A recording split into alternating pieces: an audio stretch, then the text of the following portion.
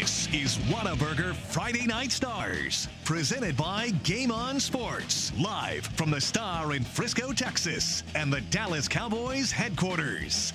Here's Kyle Yeomans, Zach Walchuk, Eric Chiafalo, and Heckma Harrison.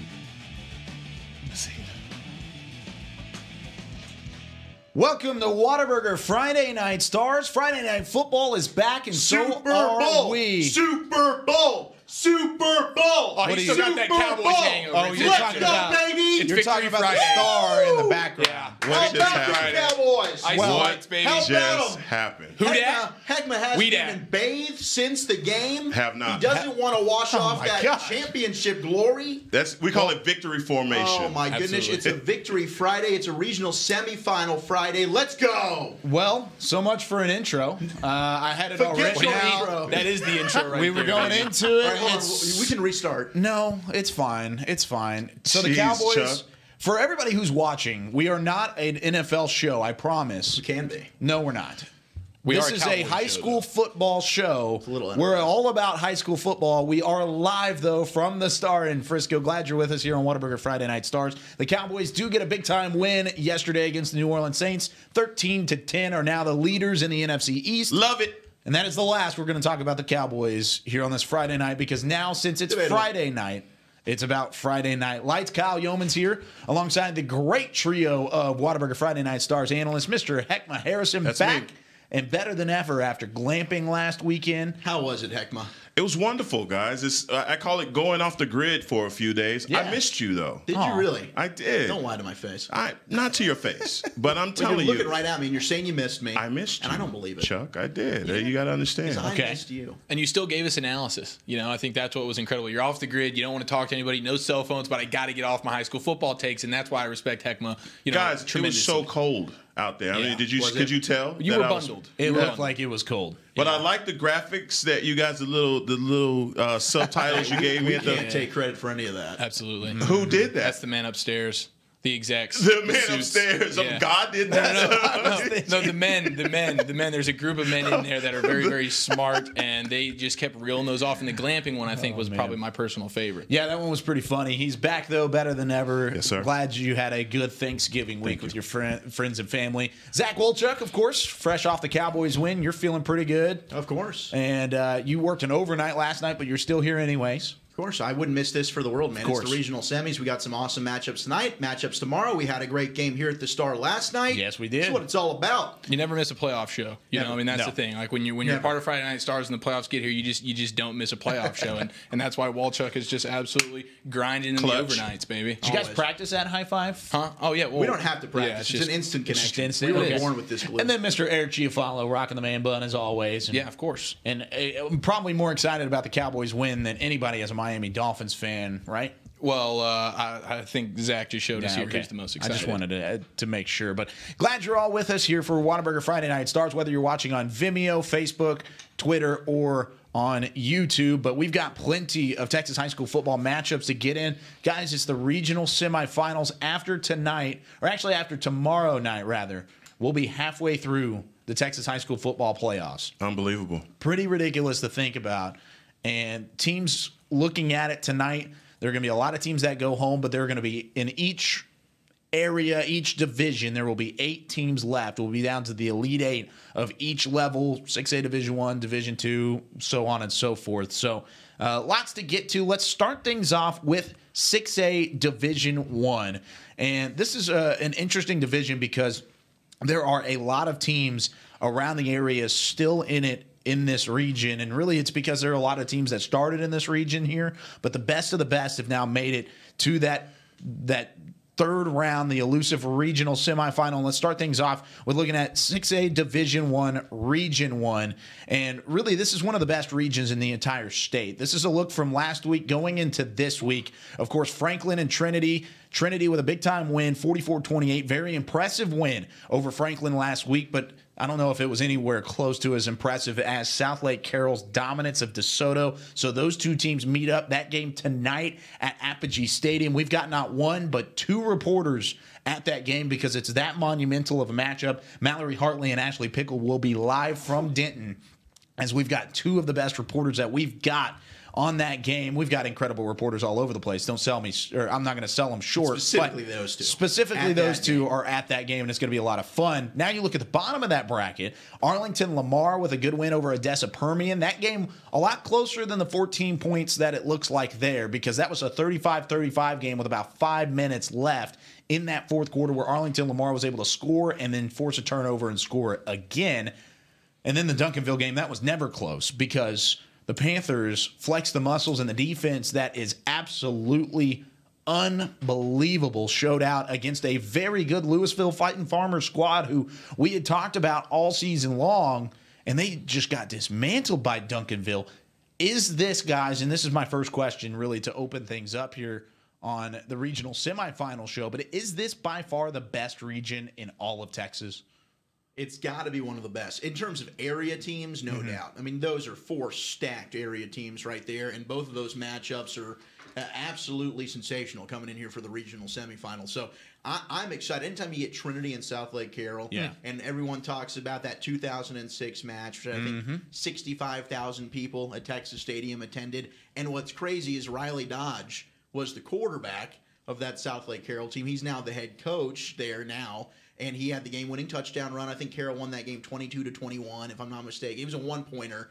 Trinity's offensive coordinator is now the head coach. So 2 of the coaches for both teams were there in that 2006 meeting. These are teams that used to play regularly in the regular season. They've matched up several times in the playoffs. So, you know, anytime you get Trinity and South Lake Carroll, it's always fun. And that's one of the big things, is not only is there that historic mindset behind this matchup, but these are 2 teams that are familiar with each other. They've met every year in the playoffs since 2013. So there's a chance for a little bit of revenge on one side or the other. But is it just different this year, the way that things have kind of panned out? An undefeated South Lake Carroll, a team in Euless Trinity that looks like a state championship team. Their only blemish is to another team that looks like they could win a state championship in Haltom in that district. This is a matchup that could be an instant classic from Apogee Stadium, guys. Yeah, no, I absolutely expect it to be that. But all season long, we've talked about South Lake has been a little bit under the radar, even though they've been undefeated and incredibly consistent. They, for some reason, have just kind of floated around, and I think that's exactly how they like it, where no one's really talking about them too much. You wake up and they're in the playoffs, and these guys are undefeated. They're dominating DeSoto, and they're one of the most well-balanced teams offensively and defensively in the area. And then you look across to Trinity. Trinity, same deal. They don't have, it's not the showy, the undefeated Trinity teams, the ballyhoo teams that everybody just goes crazy for, but they've still been incredibly good. And that running game is still, you know, top notch. I don't know if Brandon Theus is playing in this game, and we talked about it last week. Without him, it's going to be a huge loss for Trinity. But I think that's really the thing. Both of these teams have kind of flown under the radar this year, and then boom, they match up in this game, and everybody just can't wait for it. There's been 1 loss total between both of these teams, and you look at it, they're pretty evenly matched when you look at the stats with their defense, their offense, the points, the yards, everything. But even though they play a little differently, obviously with Trinity doing what they do with the ground and pound there. So I don't know. I think both of these teams have just kind of flown under the radar all year long. I think that's the difference, though, for me. This South Lake Carroll team, everybody kind of just assumes, well, they spread and they throw the football. Yeah. This year's version of South Lake Carroll is a ground and pound team. They're led by TJ McDaniel running the football and Will Bowers at quarterback running the football. It's not to say that Will Bowers can't throw. He certainly can, and they've got weapons with R.J. Mickens out there as well, who plays all over the field, special teams, offense, defense. But to me, this is a South Lake Carroll team that is much like the Trinity teams of old. They're going to line up, they're going to run the football and smack you in the mouth. And the Trinity side of things, they are very one-dimensional. They might be more one-dimensional than they've ever been, with a major lack in being able to push the ball down the field through the passing game. Well, I will tell you guys this. You know, we're using words like under the radar and quiet and Trinity in the same sentence, and it just doesn't go together. When you say, you know, Trinity, Euless Trinity, again, when they lost to Haltom, I believe it was week 6 of the season, everyone just jumped off the bandwagon. They thought that these guys were done, not going to do anything. I mean, and it wasn't as though Haltom ran away in that victory. But All they did was got back to business and just start bludgeoning opponents like they had been doing before. And you're looking at a 11-1 Euless Trinity team going into this. Now, the one thing that I am looking for when it comes down to the South Lake Carroll Dragons is their running game. It's going to have to be TJ McDaniels that they ride to beat Euless Trinity, because you know Euless Trinity is going to be stacking everything that they do. They're going to shut something off, and it's got to be their passing game, and just, pin their ears back and come after TJ McDaniels. That's going to be the only strategy that they're going to have in order to win this game today. And one of the big things that you look at going into this game is not only the way that these two teams stack up in terms of the game planning and the running ability for both sides, because both teams can run the football very well, but the weather might play a little bit of an impact. That's a good point, yeah. And we talked a little bit off air, Eric and I did, about the fact of TJ McDaniel, he's going to get his share. He's going to run the football well. But the fact that they also have Bowers that can throw the football on the South Lake side of things, it gives them a little bit more of an advantage. But with the weather, that advantage might be taken away a little bit. Yeah, I mean, certainly that's going to play a factor in the game. Now, weather's been a factor in plenty games this year. So at least these teams are somewhat used to it. But I think that makes the running game that much more important. And I think with South Lake can at least show some damage through the air, whether the weather's bad or not. I don't know if Trinity can say the same. And that South Lake defense, we saw what they did to Coppell. Coppell likes to run the ball. They had negative 30 yards in the first round of the playoffs. And that's what I meant. And that's what I meant. When it comes down to it, South Lake is going to go back to what they do well. That's TJ McDaniels and run the ball. And the Euless Trinity knows that. I don't know how much weather is going to play a factor in this game, simply because they both have such great running games. Now, you said about Theus being out. If that's the case, then obviously that makes a difference in it. But I think that Lakai Ellis does do a good job on the ground, and they have a few co-stars there. Yeah, for the AJ Barnett's really good as well. He stepped in, and they didn't miss a beat with Brandon. And Theus is a monster, game-changing type running back, but AJ Barnett's very capable as well. Heckman's 100% right on that. Yeah, I think there are multiple ways that either one of these teams could win this football game. Now, this will be a pick'em game later on, and it'll be a lot of fun. But I think the general consensus around the area is that South Lake should take care of Euless Trinity. I think it's fair. I mean, I don't know that you could say that any team's been more impressive through the first couple playoff games than South Lake Carroll, with the way that they were able to win both of those games with ease against big-name area schools in Coppell and DeSoto. Yeah, I think you're exactly right. And you see the big-time wins with the big-name schools. But Trinity, on the other hand, I think they're just built a little bit different. Yeah. And I think there's a way that Trinity could win this football game, and I'll make my pick later. But with that being said, I don't think, even with the general consensus being that South Lake is going to win this football game, there's no way you could count the Trojans out by any means. And I think this is going to be a magnificent football game. Let's look on the other side of that bracket. We mentioned that Arlington Lamar, and another team that we've talked about quite a bit throughout the Texas high school football playoffs. How about the one that's also, along with South Lake Carroll, just been absolutely impressive over big-name teams? Defeated Louisville 38-0, defeated South Grand Prairie. How about them Duncanville Panthers, 11-0, 4 points per game allowed, but look on the other side. That Lamar team has a good defense as well, and they can put up some points. So, my question to you on this game, is this going to be a defensive battle, or are we going to see some points here? Because I don't know either way. Both teams have a high-powered offense. Both teams have a very, very good defense. And I think if it's a defensive football game, it favors Duncanville. I think if it's the other way around, I think it might even favor Lamar a little bit. Yeah, we have to be fair, right? Don't we have to be fair? We have to talk objectively about both teams. There's no rule book here. Do whatever you want. Go out. Jaquindon Jackson, my man. I mean, right. Let's stop it. Stop Very playing. Good point. I mean, the Duffel Bag Boy defense has done it all year long. I mean, they are bludgeoning. They're killing people. I don't even know why we're talking about this as though this game is going to even be competitive. Now, hey, as I say that, foot always inserts in mouth. And I don't think so, though, because, look, we know and everybody's talked about how good Duncanville's defense has been. They have been sensational. They're the #1 scoring defense in 6A football. But what's underappreciated is their offense, led by Jaquindon Jackson. You see right there, averaging 53 points a game. That's the #3 ranked scoring offense in 6A. So for Duncanville, as much glory and praise as this defense wants to get, it's not that offense can't score points. And Lamar comes in with an extremely balanced attack.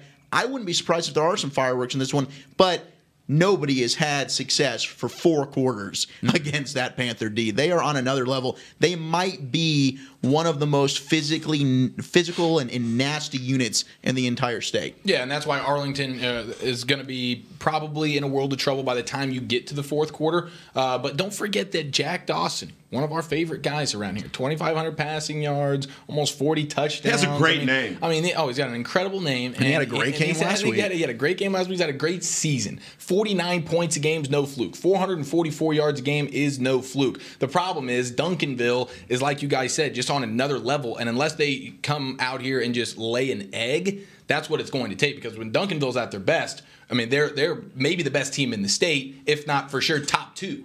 Let me say it like this. And when you watch Duncanville and you watch the huddle, you watch them on YouTube, wherever you watch them, you see that they bring a physicalness to their ball, what they do, the way that they block, the way that they take on tackle. When they get to the guy is on the ground. There's no yards after catch, any of that stuff. And so it's different, when you see the physical nature and the way that they play, the way they take this on. And they have a bunch of whistle-to-whistle guys, is what I call an offensive line. And I'm telling you, I would love to see what the preparation throughout the week is like when you see that number 1 defense versus the number 1 offense. Guys, their practices are probably world class. No doubt.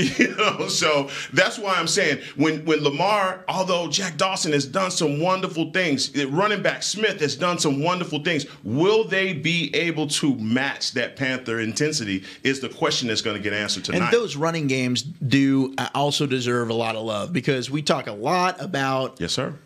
Mr. Dawson. Yeah. Jordan Williams is a boss at running back, and that's the key for Lamar. I think Duncanville knows, hey, we don't want Lamar to be able to beat us vertically with Jack Dawson passing. If they can somehow get the run game going effectively with Jordan Williams, I think that will give them more of an opportunity to upset Duncanville, who is the favorite in this one. And for Duncanville, we talk about Jaquindon Jackson, but Tristan Smith, who you just brought up in the backfield, had 3 touchdowns in their win last week. He is a difference maker as well in this offense for the Panthers. Here's the thing that I was surprised this morning. I had a conversation with Doug Anderson, who's the voice of TXA 21's Game of the Week. He'll be on the call tonight for Trinity and South Lake Carroll. And I asked him a question about Duncanville. I said, hey, how good is this Duncanville defense? Where do they rank in terms of teams in Texas?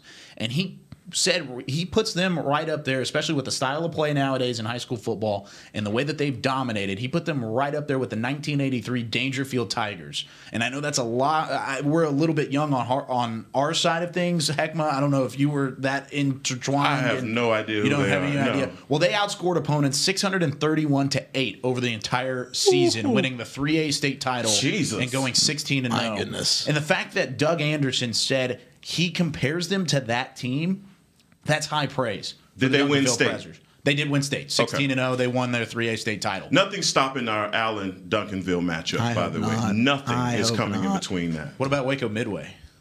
Roadkill. Okay, that's probably true. And Duncanville plus 531 point differential on the season for Duncanville. They've just not that far off from that 638. It's 631-8. It really has been incredible to see how Duncanville has played this year. And like you said, they've just been steamrolling teams. It hasn't really been close. 14 points by South Grand Prairie is really the most success anybody has ever had against the Duncanville Panthers. Let's go down to 6A Division I Region 2. Speaking of the Allen Eagles, they've got a matchup tonight, or tomorrow actually, down in Waco McLean Stadium with the Woodlands. They, of course, got in that boat race with Allen in Rockwall last week. That was a classic of a football game where at one point in that fourth quarter, Rockwall had the ball down by 5 and a chance to take the lead whenever they were trailing 45-40. But Allen Eagles and Coach Terry Gamble get the job done. There on the other side, the Woodlands and Cedar Ridge, they had a classic of their own where the Woodlands move on.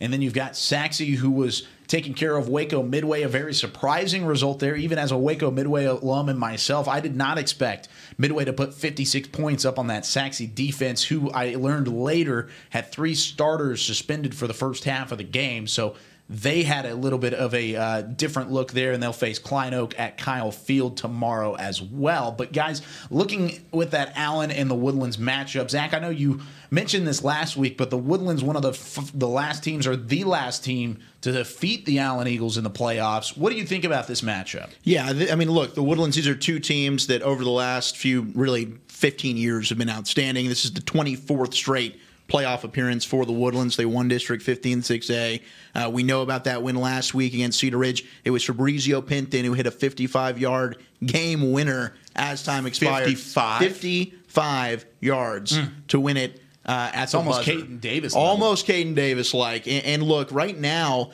Jim Rapp, the head coach for the Woodlands, feels that this Highlander team is playing their best football of the season, and they are the last team to beat Allen back in the 2016 state semifinal, 36-28. So this is a Woodlands team that can put up some points. You see there, about 37.4 points per game. But this is their first road playoff game that they've had to play in quite some time, because they opened up the playoffs this year with both games coming at home.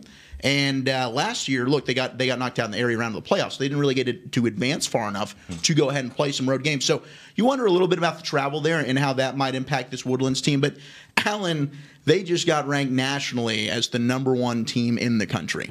And we've talked all year about how good this Allen team is. And for the Woodlands, I just don't know, even though they do have quite a lot of talent on offense, and their defense is no slouch either. But when you talk about Grant Tisdale and Theo Weiss and Keldon Manning and that beast of an offensive line and a defensive line led by Jaden Jernigan. I mean, that Allen defense, we talk so much about the offense. That Allen defense is pretty darn good too. Right. Mm-hmm. And we tend to kind of forget about them, but they are playing some phenomenal football. So, look, I mean, this is going to be a game where Allen, they don't lose to a team twice. I think the last time they did was to Euless Trinity in the early 2011 range. It doesn't happen. They're fully aware that the Woodlands knocked them out a couple years ago.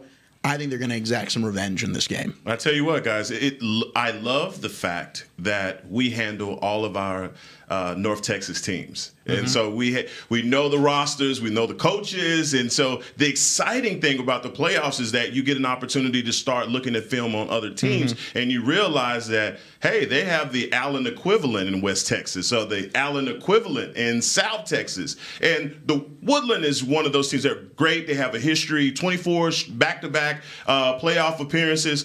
However, it comes down to what we know. Allen is just that team that is that much more dominant on paper and in person. And so it's the same thing is going to apply for the Woodlands. Are they going to be starstruck? Are they going to be able to not even so much match the intensity, but the speed of the Allen Eagles? And I think that's what makes the biggest difference when teams actually see them live. Yeah, Rockwall was able to really hang with Allen last week and got out early, put up points on the opening drive of the game. The Woodlands is obviously going to need to be doing that. Now, they've scored, I know you mentioned they score about 38 points a game for the season. The last 3 games, they've put up at least 50 points or more. So their offense is really clicking. I know you mentioned their head coach said that he thinks they're playing their best football of the season right now. Well, that's fantastic. That's exactly what they're going to need. They're going to need the best performance of their season tonight against this Allen team. But I think we all felt a little bit of relief last week when Rockwall made that a game against Allen. Everybody says, okay, maybe there is a team out there. I know we talk about Duncanville's probably going to be that team, but the Woodlands is absolutely no slouch. You mentioned their defense, but 50 points a game over the last 3 games, they can hang a little bit. I just think Allen, you mentioned, if Allen comes into a game with revenge on their mind, they have a chip on their shoulder. That rarely happens. Everybody's always getting up to play Allen. If Allen's got an extra reason to get up, that makes it even more scary. I just hope we can get another competitive outing and Allen has to play 4 quarters of football because they haven't been forced to do that much this year. Yeah, they haven't been able to really. I think the Allen game or the Allen Rockwall game might have been the first time where they were really tested for 4 quarters, no question. And the Woodlands has a much better defense, in my opinion, than Rockwall does, but I don't think they've got the explosive firepower as Rockwall. They certainly don't have the quarterback receiver tandem that they did when they knocked off Allen in 2016. They rely more on a spread, balanced offensive approach. They have an outstanding running back who can get the job done.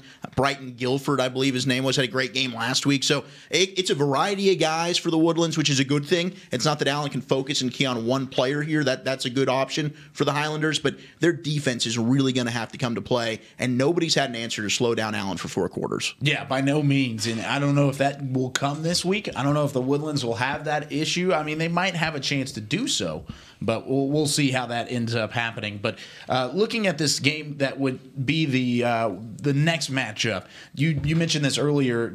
Because of the playoffs, we get to look at some of those outside teams. Neither one of these teams are in North Texas, but both teams are definitely relevant to the Allen Eagles, and that's Waco Midway and Klein Oak. We talked about Waco Midway at length last week because they ended up facing the Saxe Mustangs, and like I talked about earlier, Saxe had 3 defensive starters that were out. But Midway, a team with James Fulbright at the helm in terms of the tailback position, they are able to put up some points and have kind of figured some things out with former Mansfield head coach Jeff Hume.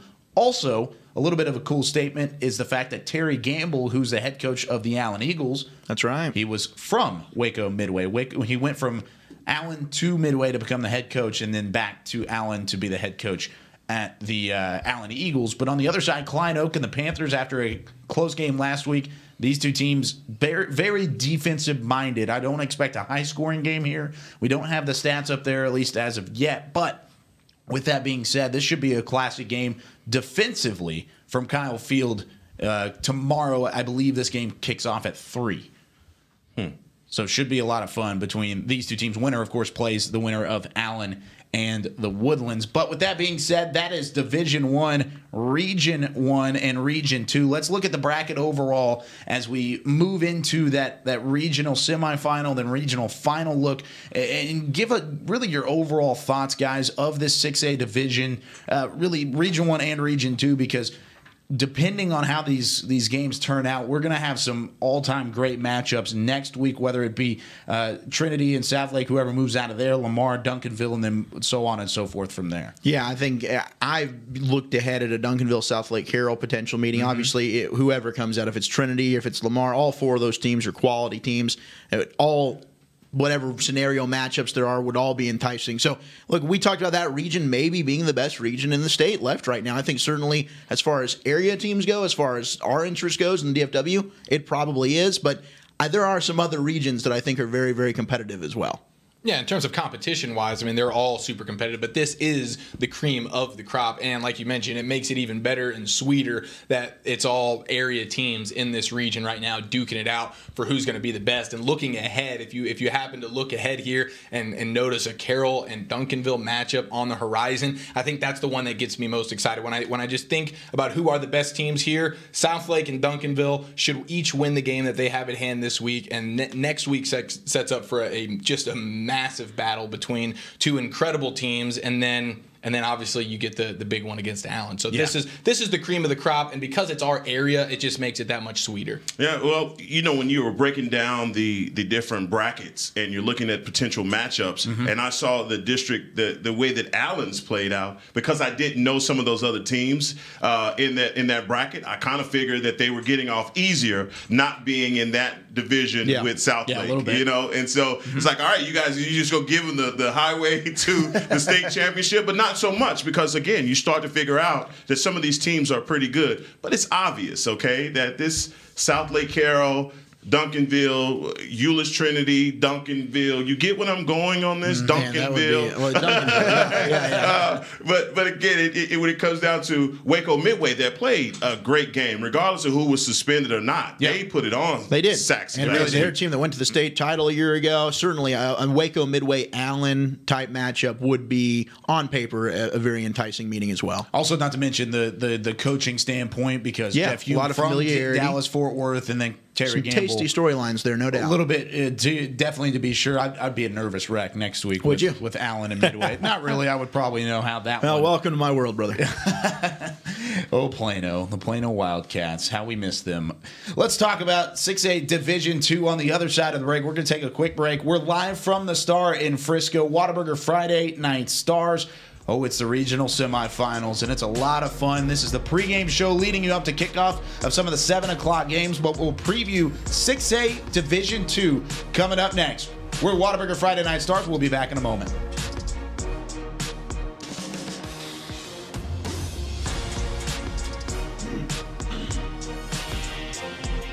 Today at Whataburger, we're cooking the sweet and spicy bacon burger. The sweet and spicy bacon burger is my all-time favorite. I love this burger. It's just perfect. 2 beef patties, 2 different types of cheese, caramelized onions. My favorite thing about this burger is the sweet and spicy pepper sauce and the bacon. You get it in every bite. Nothing beats this. The sweet and spicy bacon burger is an all-time favorite at Whataburger. That's happiness.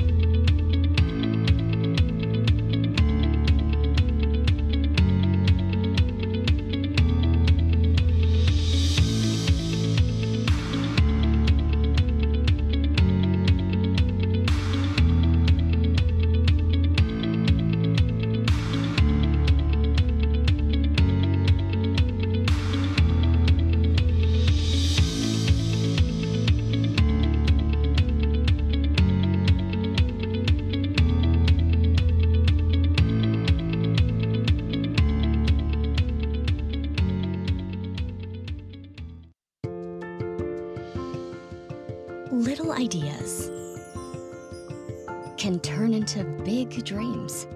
Big dreams require careful planning and the right partner.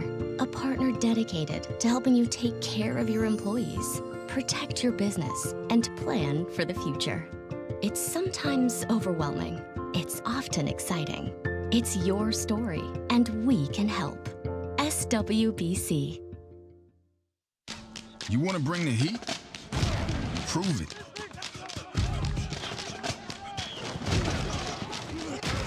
With carbs to help fuel muscles. And electrolytes to help replace what you lose in sweat.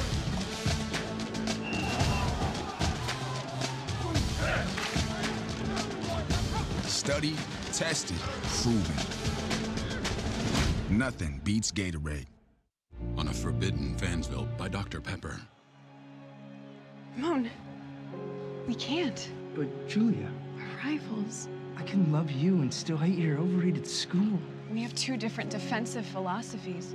You're a base 4-3 cover 2, and I'm an aggressive 3-4 with press coverage. I get it, but we both love Dr. Pepper.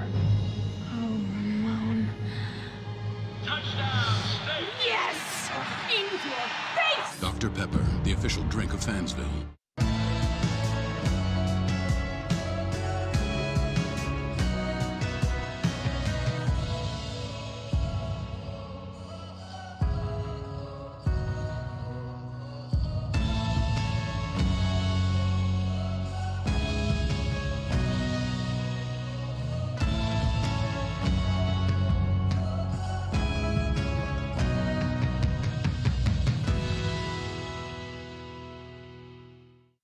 Hey football fans, check this out. It's called Fan Tag, the easiest way to get video highlights from all of your games. As a parent, I know the value of capturing our kids' special moments on video.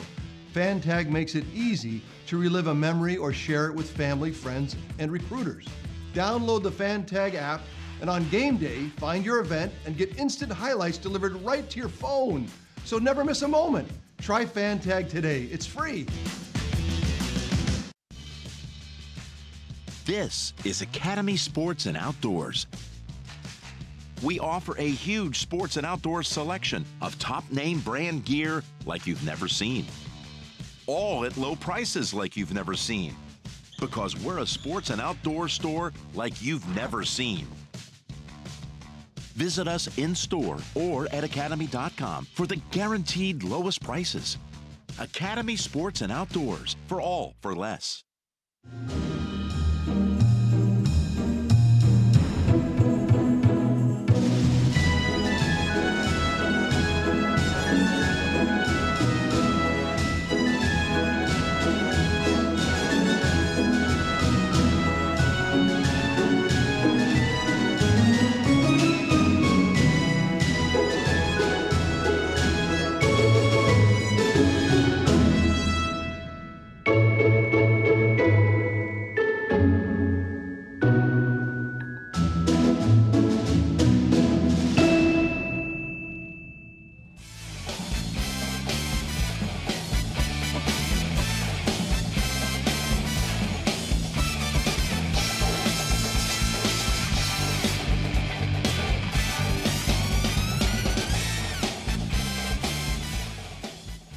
Welcome back to Whataburger Friday Night Stars, live from the Star in Frisco, Texas. High school football is back with a regional semifinal round, and we are back here from the Star. Glad you're with us, whether you're watching on Vimeo, Facebook, YouTube, or on Twitter. Glad you're watching. Do want to give a quick shout out to Bob Lilly Promotions, making us look great this week, as always, with the polos and the jackets, and being able to kind of turn some things around as we got a tour group coming behind me. Gotta love that. But yeah, you come watch us live. You could really come watch the pre-show, live. probably from 5 to 7. Yep, if you're interested.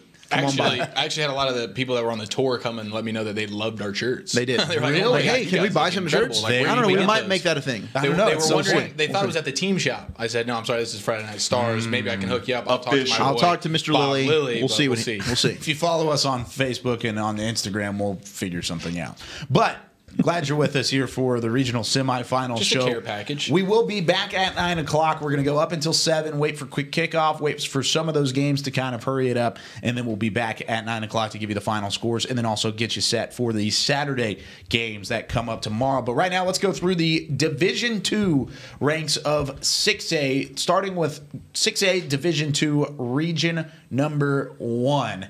And we've got some dogs in this region, talking about Haltom and Hebron. Hebron, a little bit of a surprise team. Now, they didn't have to face Cedar Hill.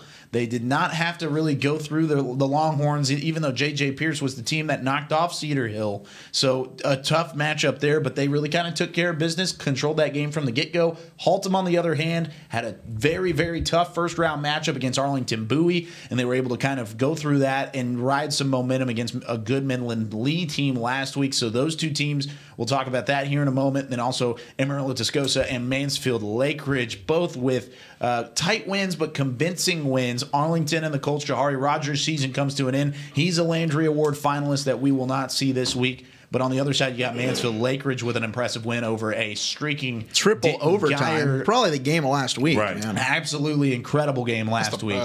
And we'll talk about both of those games. But let's start with Haltom and Hebron. And this is a game where you look at it for both of these teams. I mentioned Hebron being really one of the surprise teams. But in terms of individuals on either side, I don't know if I've seen a matchup this year with more impact individual players than Michael Black for Hebron and then Bridges for Michael Black for Haltom, rather. Yes. And then Bridges for We know where you Hebron. were going with that. Yeah, exactly. Yeah, well, I'm going to tell you, man, it's Mike Black all day. We've made him a star on Friday Night Stars. We have. All right. Well, he is a star. He is a star. But we made him a star. Come on, let's admit it. No, we made him a star. Of course we did. Of course we did. Friday Night Stars, Michael Black show, baby. Well, Michael Black is a full-fledged dog, man. He has single-handedly helped the Buffaloes to their record. I don't know about single-handedly. He has been He is the heart and soul of that team. There's no doubt about that. Large part of it. And when I say that when you go to a Haltom game and you watch the type of leadership ability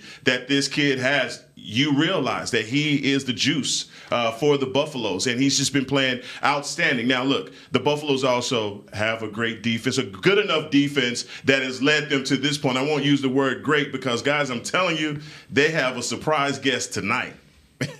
Who's that? My man, Trajan Bridges. Trajan. Ring the doorbell. Ding dong. His Bridges showing up for dinner tonight. Yeah, he's showing up with about 4 touchdowns. Boy. You don't know how he's going to get them. Is it through the air, rushing? on the ground? Is it returning? I mean, good God. Is he picking it off? And so they're not having dinner tonight. They're having lunch tomorrow at Applegreen Stadium. But look, it's going to be a great place to have lunch. Good place to have lunch.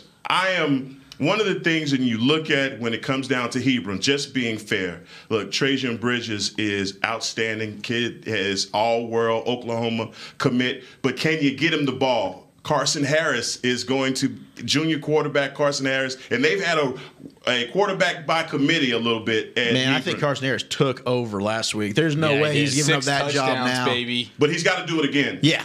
He's got to do it again. He had his best game of the year, no doubt. Can he carry that over? He's going to need it against Haltom. Because you're going to have to match the big playability of the Buffaloes with Michael Black. And a guy like Trajan Bridges is the perfect guy to do that. When you look at what he did even just last week, 5 receptions isn't unbelievable, but he had 100 yards and 2 touchdowns. It's what do you do with him? He only touched the ball 5 times, and I know he's a guy, you want to find any way to get the ball in his hands. You want to give him the ball frickin' 50 times if you can. But last week, he catches the ball 5 times, still goes for 100 yards, 2 scores. This dude can figure it out. Hebron's been an interesting team because their record's not great. They've been a little up and down, but all their games have been close. It's not like they've really gotten blown out. I think they got blown out one time by Martin or Lamar. One of the Arling teams, I think, blew them out early in the season. But for the most part, they've been in every game, even the ones that they've lost. They've been a tough out every single time. And when Hebron comes to play like they did last week, 57 points, holy smokes, this Hebron team's like they wow you. And so if they show up that way and Carson Harris has one of those games like he had last week, 6 total touchdowns, then this can end up being one of those high-flying offensive games that, one for the ages kind of deal when you just think about the how good of a players and athletes are on the field for this game at premium positions. Yeah, and Hebron came out of a really tough district. I mean, able to get that 4th spot out of District 6A. We look at their record, but I don't think that's an indication of really their football team. Clearly they've gone on a run here. They definitely caught a break with J.J. Pierce upsetting Cedar Hill. Yep. I think most people would all say any given Friday night, anything can happen. But if Cedar Hill and J.J. Pierce play 10 times, Cedar Hill's probably winning 8 out of the 10. And so that was the one night J.J. Pierce, they had the magic stuff. They brought it to the table. So Hebron lucked out not having to play the Longhorns, but they've looked great. They've taken care of business. We talked about Carson Harris, and certainly Trajan Bridges might be the best all-around player in the area, and we've got a bunch of studs around here. Yeah, there's a lot of players, and you kind of mentioned this previously and said, hey, a lot of those guys are going to OU. OU's doing a great job of recruiting the area and being able to kind of look at some of those dogs from throughout the area and being able to utilize them to add to their recruiting. But is this a game with the weather and the way that it could kind of potentially play a factor in it? Is this a game that you look at and see both sides? Of course, Michael Black, quarterback, and then Bridges, a wide receiver, that passing game might affect some things a little bit? I don't see it, and the reason why I don't is because the running game of Haltom is it travels, and their defense and everything that they bring is going to be there. The one thing that makes this so intriguing is the fact that the Buffaloes haven't seen the kind of talent that Trajan Bridges is going to bring to the field. I mean, I think they've seen some teams in their district that can run the ball for sure. Trinity, no doubt. Exactly, and San Angelo Central is a really good offensive team. Exactly, and so. From that standpoint, they're dynamic in what they do up front and stopping the run. But Trajan Bridges is going to bring he's so rangy and so fast. And that 50-50 ball, 50% of the time is his. And there's that freshman Isaiah Broadway, an electrifying playmaker. And Haltom's got Kenneth Cormier Jr., who's also an outstanding runner. So I think both these teams, they're set up despite the weather. They can both still run the football and get big plays out of their running game. And I think both are pretty even in terms of the passing game because of the talent that Trajan Bridges is. But Michael Black's done an excellent job of spreading around. He's got some weapons on the outside there at Haltom. They're a very balanced offense. And don't forget, Haltom, Arlington Bowie gave them a run for their money in round one. And they jumped out early. They did. They jumped out early on them. So I think that's another key for Hebron. Now, Haltom weathered the storm. They rallied back. They won that football game, showed a lot of good mental toughness. But for Hebron, if they can jump out early like they have their first 2 playoff games, they're a team that's very comfortable playing from ahead. And then looking at the other side of that Region 1 bracket, then you've got Mansfield Lakeridge along with Amarillo Tascosa here. And Tascosa, a team last week that took down Arlington in a Colts team that we thought would really have a good chance to make a run up until this Lakeridge game and see maybe even a chance if they could defeat Lakeridge. But now Lakeridge, who's kind of firing on all cylinders, is there a chance here for Amarillo and Tascosa to kind of get the job done here as well, or is Lakeridge almost about to punch their ticket to that next round? This is an even game. You think so? When you look at, I think all of us thought Arlington would probably beat Tascosa last week, and they came out and played excellent football, and they're holding it down for West Texas, man. Amarillo Tascosa's the last West Texas team remaining in 6A, so everybody's looking at them like, guys, we got to keep this party rolling. They are a run option offense, and that's something that's different to what Lakeridge has seen. Obviously, coming out of the District of Doom, Lakeridge is very battle-tested. They're not going to see anything talent-wise from Tascosa that's any different level than what they've already played. But the style of which Amarillo Tascosa plays is different to what Lakeridge has seen all year. And last week, I think the key to beating Arlington for them was they scored 21 points in the opening quarter. I mean, we talk a lot about these teams coming out. If you want to beat a team that might be better than you talent-wise, come out, score early. They've got an excellent running back in King Dory, who's one of the best all-around athletes in the state. He can do it receiving. He can do it rushing. And their quarterback, Joseph Plunk, is also a running type of quarterback. But for Lakeridge, it all starts and finishes with our man, Chandler Rogers, and what they did last week in an epic war with Denton Geyer going down to triple overtime. They make the game-winning stop on Eli Stowers at the end. This is a Lakeridge team. They've literally been in just about every position you can be in at this point in the football season. I think Lakeridge is well on their way to making a very, very legendary run in Lakeridge history, making that jump up. I mean, people forget. It's a 5A football team. They are only the 3rd team since 2010 to advance this deep into the playoffs from moving up a classification. So an outstanding season already for Lakeridge, but they have what it takes to move on to that regional final. And real quick, guys, I just love that game that they were in last week with Geyer, the slugfest. You know, they had to come up with a lot of plays to stop our guy, Keedrick Cobbs, and that's where I kind of lean towards Lake Ridge simply because I know if we get into if Tascosa brings anything physical, Lake Ridge is going to be there for it. But I just love this team. For some reason, just the way they are battle tested in that game last week, I just thought that, man, that's going to be the one game that's going to propel them to further in the playoffs. I think another thing that was interesting in that game last week, Lake Ridge went for several onside kicks. They went for it on 4th down. It was almost like they knew we've got to keep possession. It was almost kind of a similar, and I know Kyle didn't want to bring up the Cowboys again, but a similar style of play that the Cowboys want to do is limit the amount of snaps for their defense. They want to control possession right of the game. That's kind of the attitude that Lake Ridge went in last week. They wanted to keep Dyer's offense off the football field and try and shorten snaps for their defense so that they were fresh in that third overtime. And according to Coach Thor, he thinks that saved them about 20 snaps, being aggressive. So that's something I'm sure Tascosa saw on tape. Will they come out with a similar game plan in this one? It'll be interesting to see. Yeah, it'll be interesting to see, and I like what you said about Lake Ridge and the fact that they jumped the gun or jumped the division, and they're already seeing some success, and it shows the credit of how that Lake Ridge program has been built. But moving on to a program that a lot of people think have a chance to win not a national championship, but a state championship this season is Longview, and they are running up against the Vandergrift Vipers out of the Austin area. Longview, of course, a big-time team, 12-0. Oh, look, Vandergrift's also 12-0. Eric, I know you've been on the pulse of this game because you were almost giddy about it in that commercial break about talking about this game. What are some of the points that you look at for this one? No, I'm certainly excited about it, and I think this is the mascot matchup of the week, the Lobos versus the Vipers. I think that's incredible. The Vipers is a great mascot. We've shown love to the Lobos all year, and Longview is, man, they're one of those really, really next level, just through and through awesome teams, both sides of the ball. Their offense is what really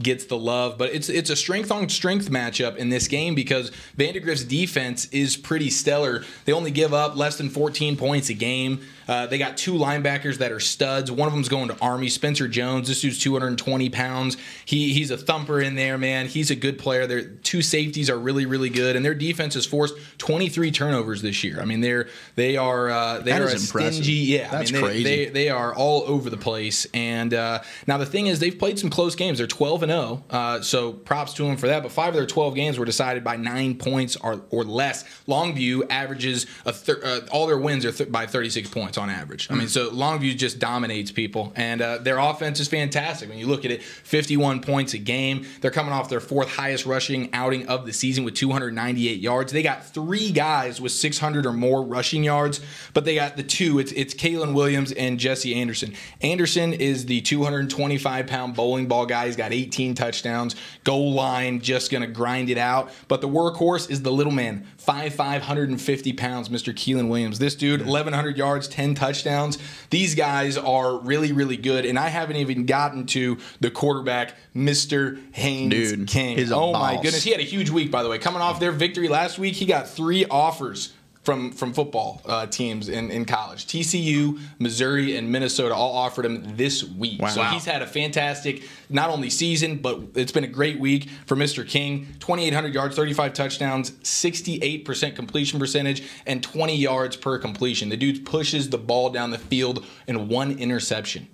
Now, those are all incredible stats, but the best one that I found about this Longview team that really lets you know how good their offense is, for the season, they're 64% on 3rd downs. This team, and it all starts with running the ball.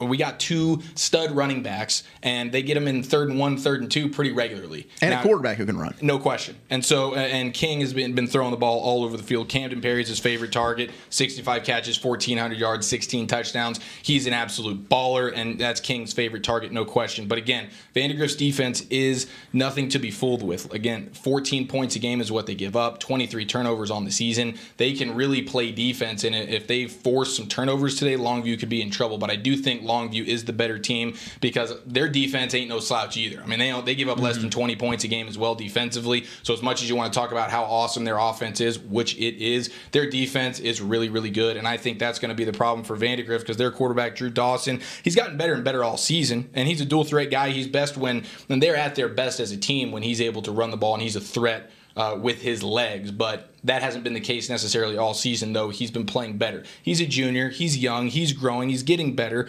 Only 2,200 passing yards this year, but their guy is their running back, Isaiah Smallwood. This dude, 1,300 yards, 16 touchdowns. He gets 23 carries a game. They want to run the ball with this guy. So that's really their recipe for success. Run the ball with the quarterback Dawson and with Smallwood and force some turnovers and hope you can get the dub. But Longview is just through and through. They're the better team, and they do it on both sides of the ball. They can win any style game you want. Run the ball, pass the ball, great defense, shootout, 10-7, whatever you want it to be. The Lobos got it. So I think they win this game, but it is a strength-on-strength matchup. And Vandegrift, if that defense shows up and forces some turnovers, then we could have ourselves a fun matchup. Yeah, the difference maker for the Lobos is Haynes King. Yeah, absolutely. That's it. So it's again, we talk so much about our teams here in North Texas. We don't deviate, and now that we're in the playoffs, we're finding out a lot. I don't know much about the Vipers, but I know they better have a game plan for Haynes King. And they're a quality team, but we've seen Longview play obviously within this district here. A lot of area teams, Rockwall, the Mesquites, coming over with that district realignment. And Longview, man, they're as good as anybody in the state. They easily could be. If you want to say Longview's the best football team in Texas, aside from Allen, obviously nationally ranked #1, I'm not going to argue with you. Longview is the real deal. They absolutely dismantled a very good Prosper team last week. Yeah, that's a Prosper team that offensively we know what they can do with Wayne Anderson at running back and whatnot. They held them under 100 yards rushing last week. That Longview defense is really, really good, and it's the offense that gets all the credit, which is understandable because they got these guys. I didn't even mention their offensive tackle, Marcus Williams, who's going to TCU as well, 6'6", 300 pounds. This dude's an absolute monster. Just a man. So when you combine that with the dual threat, the running backs and the quarterback. I mean, these guys. Longview is one of the better teams in all of the state, no question. And one of the things about Longview that's a little bit special, and this is something that I just was told about 15 seconds ago by Chance Williams in the other room. Eric, you talked about it earlier about the guys in the other room. Well, they're doing their job. And Chance let me know that Logan Peters, he's an athlete for Longview. He has only one hand.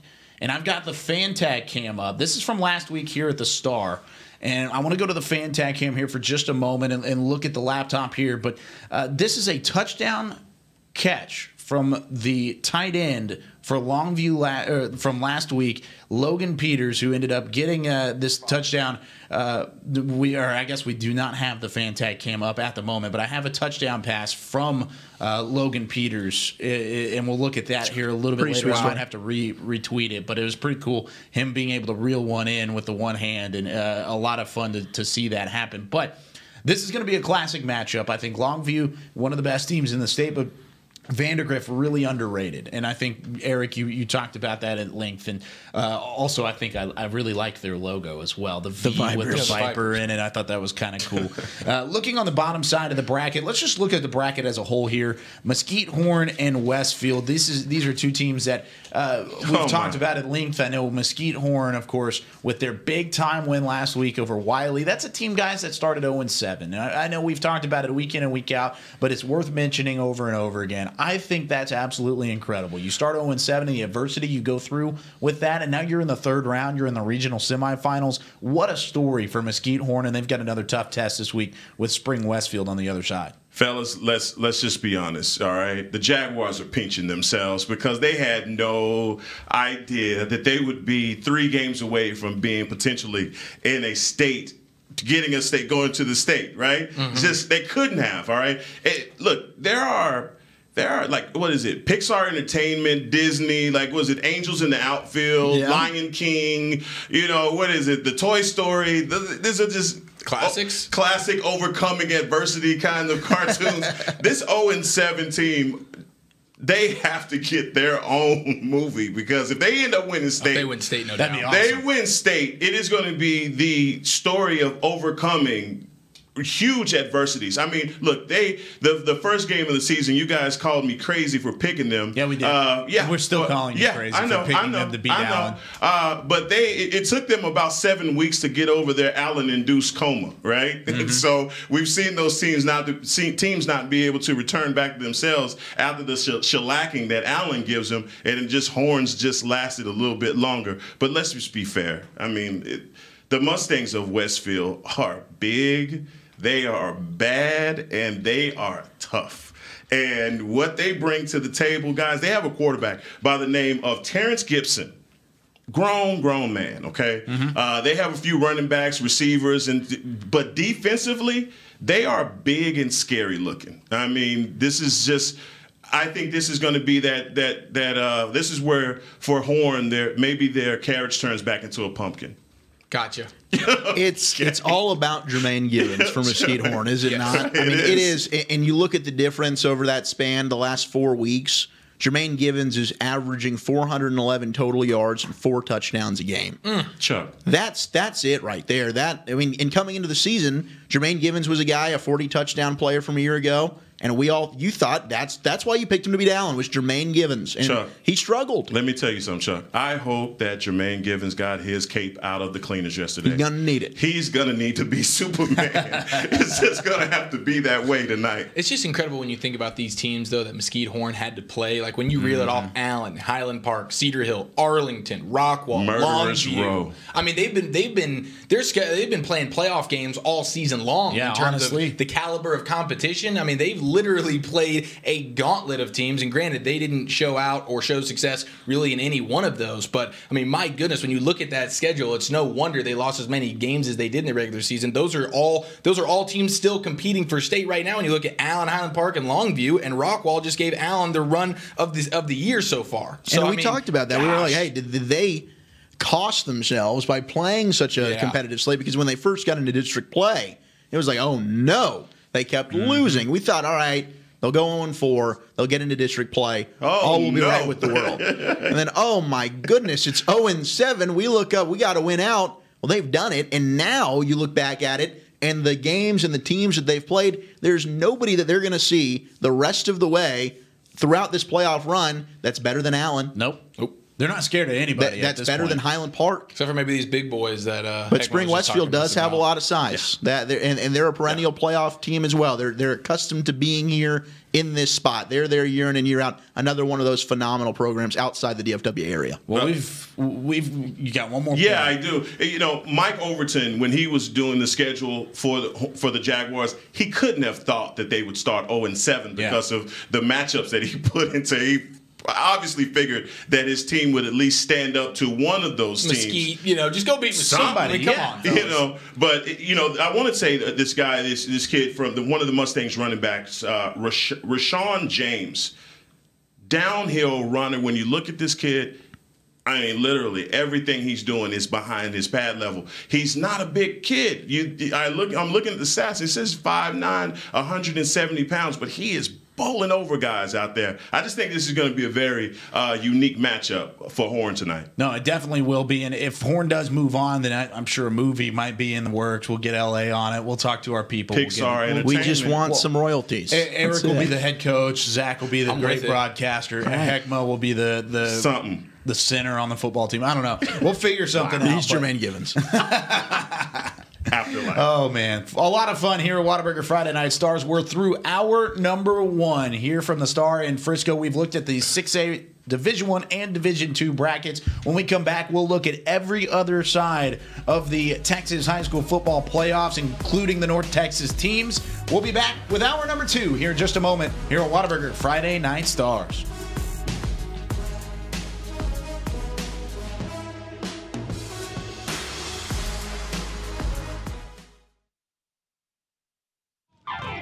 Nothing works up my thirst for an ice-cold Pepsi Cola like getting buckets. Whether I'm breaking ankles or breaking hearts. Hey, Drew. It always brings the refreshment, and I've been drinking it a long time. Drew, how old are you anyway? Yeah. Doesn't matter. Uncle Drew, in theaters, June 29th. Future tastes good.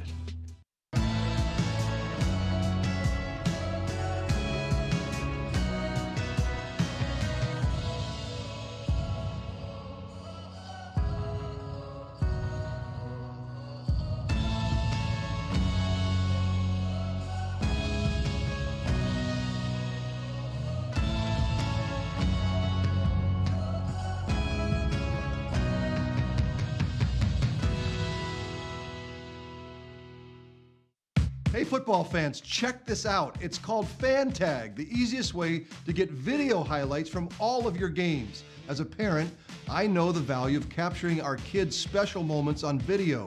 FanTag makes it easy to relive a memory or share it with family, friends, and recruiters.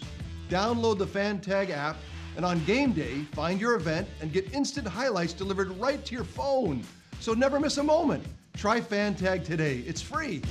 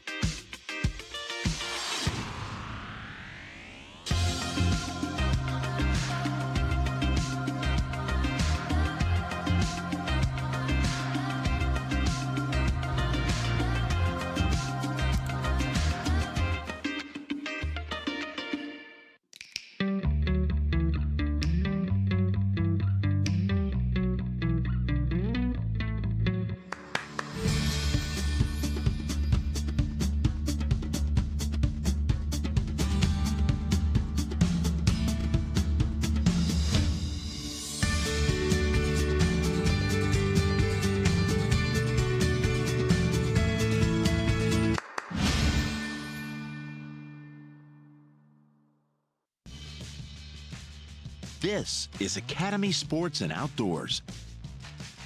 We offer a huge sports and outdoors selection of top name brand gear like you've never seen. All at low prices like you've never seen. Because we're a sports and outdoor store like you've never seen. Visit us in store or at academy.com for the guaranteed lowest prices. Academy Sports and Outdoors, for all for less. Little ideas can turn into big dreams. Big dreams require careful planning and the right partner. A partner dedicated to helping you take care of your employees, protect your business, and plan for the future. It's sometimes overwhelming. It's often exciting. It's your story, and we can help. SWBC. Today at Whataburger, we're cooking the sweet and spicy bacon burger. The sweet and spicy bacon burger is my all-time favorite. I love this burger. It's just perfect. 2 beef patties, 2 different types of cheese, caramelized onions. My favorite thing about this burger is the sweet and spicy pepper sauce and the bacon. You get it in every bite. Nothing beats this. The sweet and spicy bacon burger is an all-time favorite at Whataburger. That's happiness. You want to bring the heat? Prove it.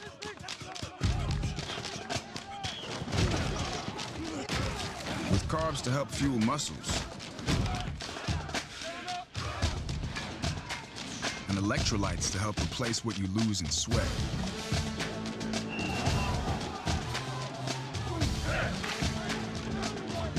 Studied, tested, proven. Nothing beats Gatorade. On a forbidden Fansville by Dr. Pepper. Ramon, we can't. But Julia, We're rivals. I can love you and still hate your overrated school. We have 2 different defensive philosophies. You're a base 4-3 cover 2, and I'm an aggressive 3-4 with press coverage. I get it, but we both love Dr. Pepper. Oh, Ramon. Touchdown, State! Yes! In your face! Dr. Pepper, the official drink of Fansville.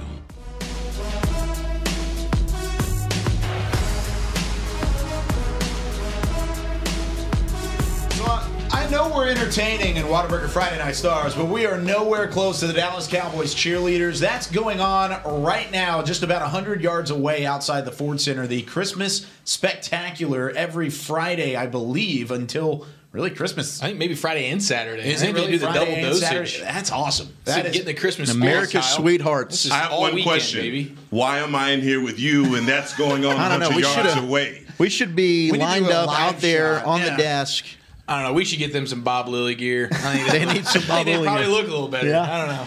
I don't know. That's those tough. uniforms are classic. That is tough to do. But before we get into 5A and the rest of the 5A brackets and stuff, we really talked at length about that 6A bracket with Duncanville in it. We do have Adrian Jagish, who is out at the Duncanville-Arlington-Lamar game. There's been a lot of trash talk between these two sides on social media this week, but Duncanville, of course, right now the favorite, or so it seems. That'll be a pick'em game later, but we'll check in. Adrian Jagish, what's going on out at Vernon Newsom Stadium in Mansfield?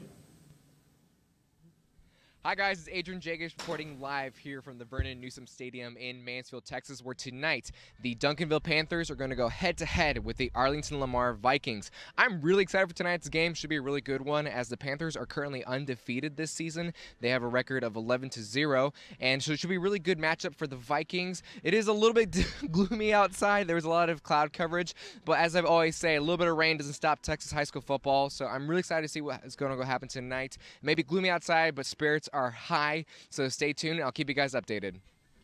Thank you very much, Adrian. And yeah, it's a little gloomy. The weather going to play a factor. A little rain won't stop you. Maybe a tornado might. I don't know. A tornado a little bit of lightning or a tornado. Let's get the kids out of there. I mean, Texas high school football's big, but ain't that just duck and cover. Everything will be okay. Everybody stay safe out there. There is a tornado watch above I-20, so do want to let that be known. But tornado or not, we better get a Adrian Jagish post-game update. I hope so. With Yes. tornadoes in the background, do your job. Adrian will be there. Yeah, he's also a storm chaser on his off day. I think he also did some meteorology work sometime along the way. He knows. We'll figure it out. But let's go into 5A Division 1, starting with Region 1. This is really an area-centric region. We've talked about a lot of these games. I love it. Once again, an area region. Exactly. It's beautiful. Lots of Dallas-Fort Worth teams there, including a rematch up at the top. Actually, this is Region 2. We'll start with Region 2 real quickly. Highland Park and Mansfield Timberview up at the top of that. Oh, nope. We're going to go back to Region 1. Maybe so. Let's talk about Region 1. We'll start where Region 1 was. Birdville and Grapevine. That's the first real matchup between those two teams. And if you're Birdville, you look at this game as a real opportunity. You're 11-1. You've got a real chance to knock off Grapevine, who is your district rival. This game at the Ford Center tomorrow, and really both teams coming off of big-time wins. Grapevine over Caprock, Birdville over Cooper. What are you thinking in terms of this game, Zach, about Birdville and Grapevine? Well, look, Birdville, it has been that story all year, right? With Stone Earl and Ladarius Mixon.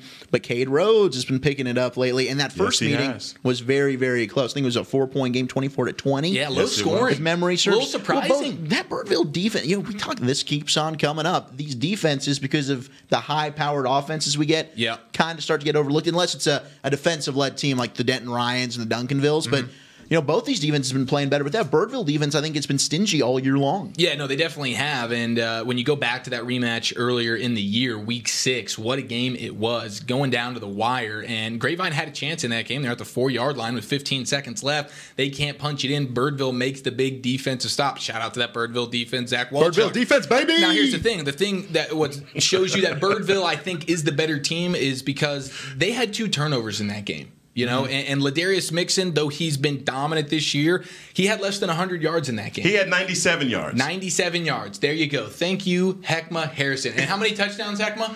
One, absolutely. Now, last week he had 3 touchdowns and over 200 yards rushing. On the season, the dude's an animal, 1,900 yards and 23 touchdowns. I think this is a Ladarius Mixon revenge game. It's not that he had a bad game, but for him and for the season he's put together, it wasn't one of his best performances. He's been unbelievable this year despite that, and I think that's really that's really the difference for me, besides the fact that I would give the nod to the Birdville defense over the Grapevine offense. But both of these they just explode for touchdowns. The quarterbacks have combined for 67 touchdowns through the air on the season.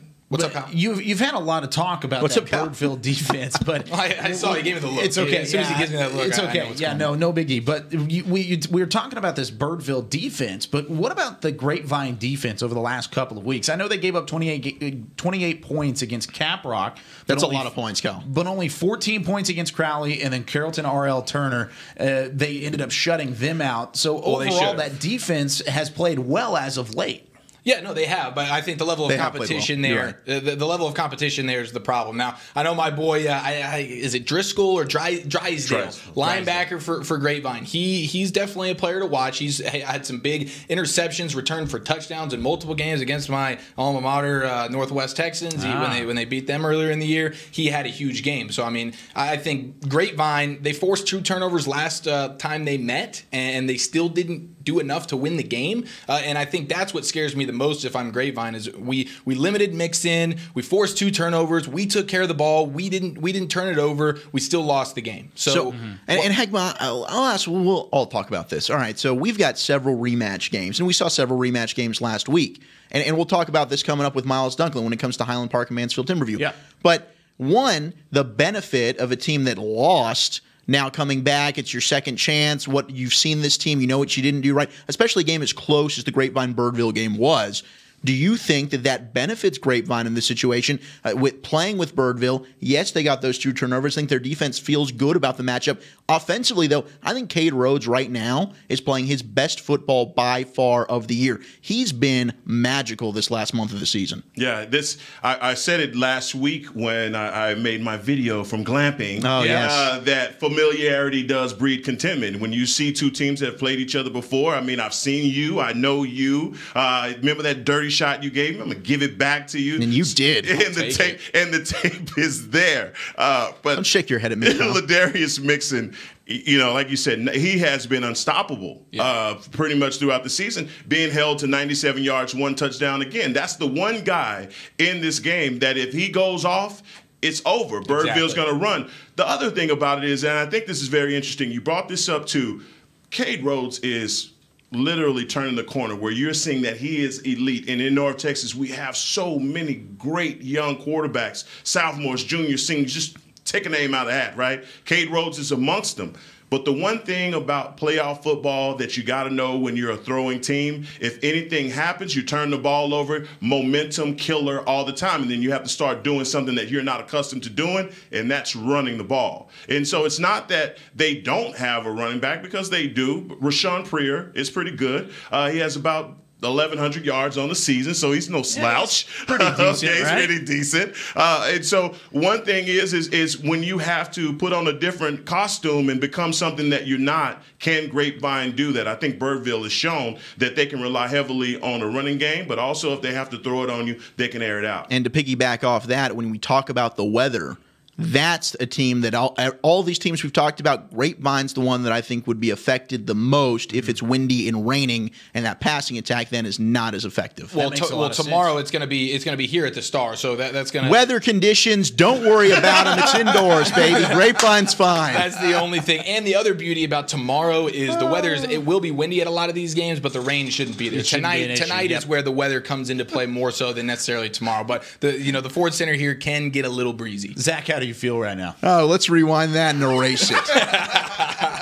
No, dude, listen, this is going to be incredible. I think the fact that it's inside on the turf makes it more fun because it gives the offenses more of a chance for this to be an explosion of offense. Again, only 44 points total scored in that first matchup. Mm-hmm. These teams put up 44 points in their sleep all season. Yep. So I'm expecting a little bit more of a shootout this time. And again, Heckma, you said it, advantage Birdville with maybe slightly better defense and very, very dependable running game. I don't think they can match that. And these are two teams that don't like each other at all, which will make this fun because it's the second time around. You get a little bit of that rematch. Like you said, the familiarity's there between these two teams. And they were jawing at each other the first time around. Now you've got playoffs at stake, seasons at stake. It makes it a little bit more fun going into it, especially with the Star being the venue which they'll be playing at. But sticking no better with that, venue. No better venue whatsoever. But sticking with that District 4. Besides the conditions. Yes, the decision.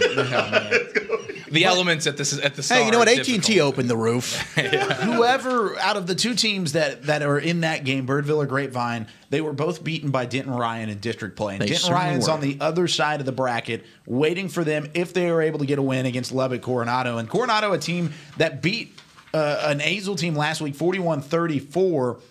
That's the same Azle team that took down Colleyville Heritage 52-20. So this is not a bad Coronado team by any means. One of the best teams coming out of West Texas in the 5A rank. And I think Denton Ryan's going to have a tough matchup here. But are the Raiders really going to be challenged that much? I just want to tell you, I saw Lubbock Coronado last year destroy, literally destroy in a game, playoff game last year.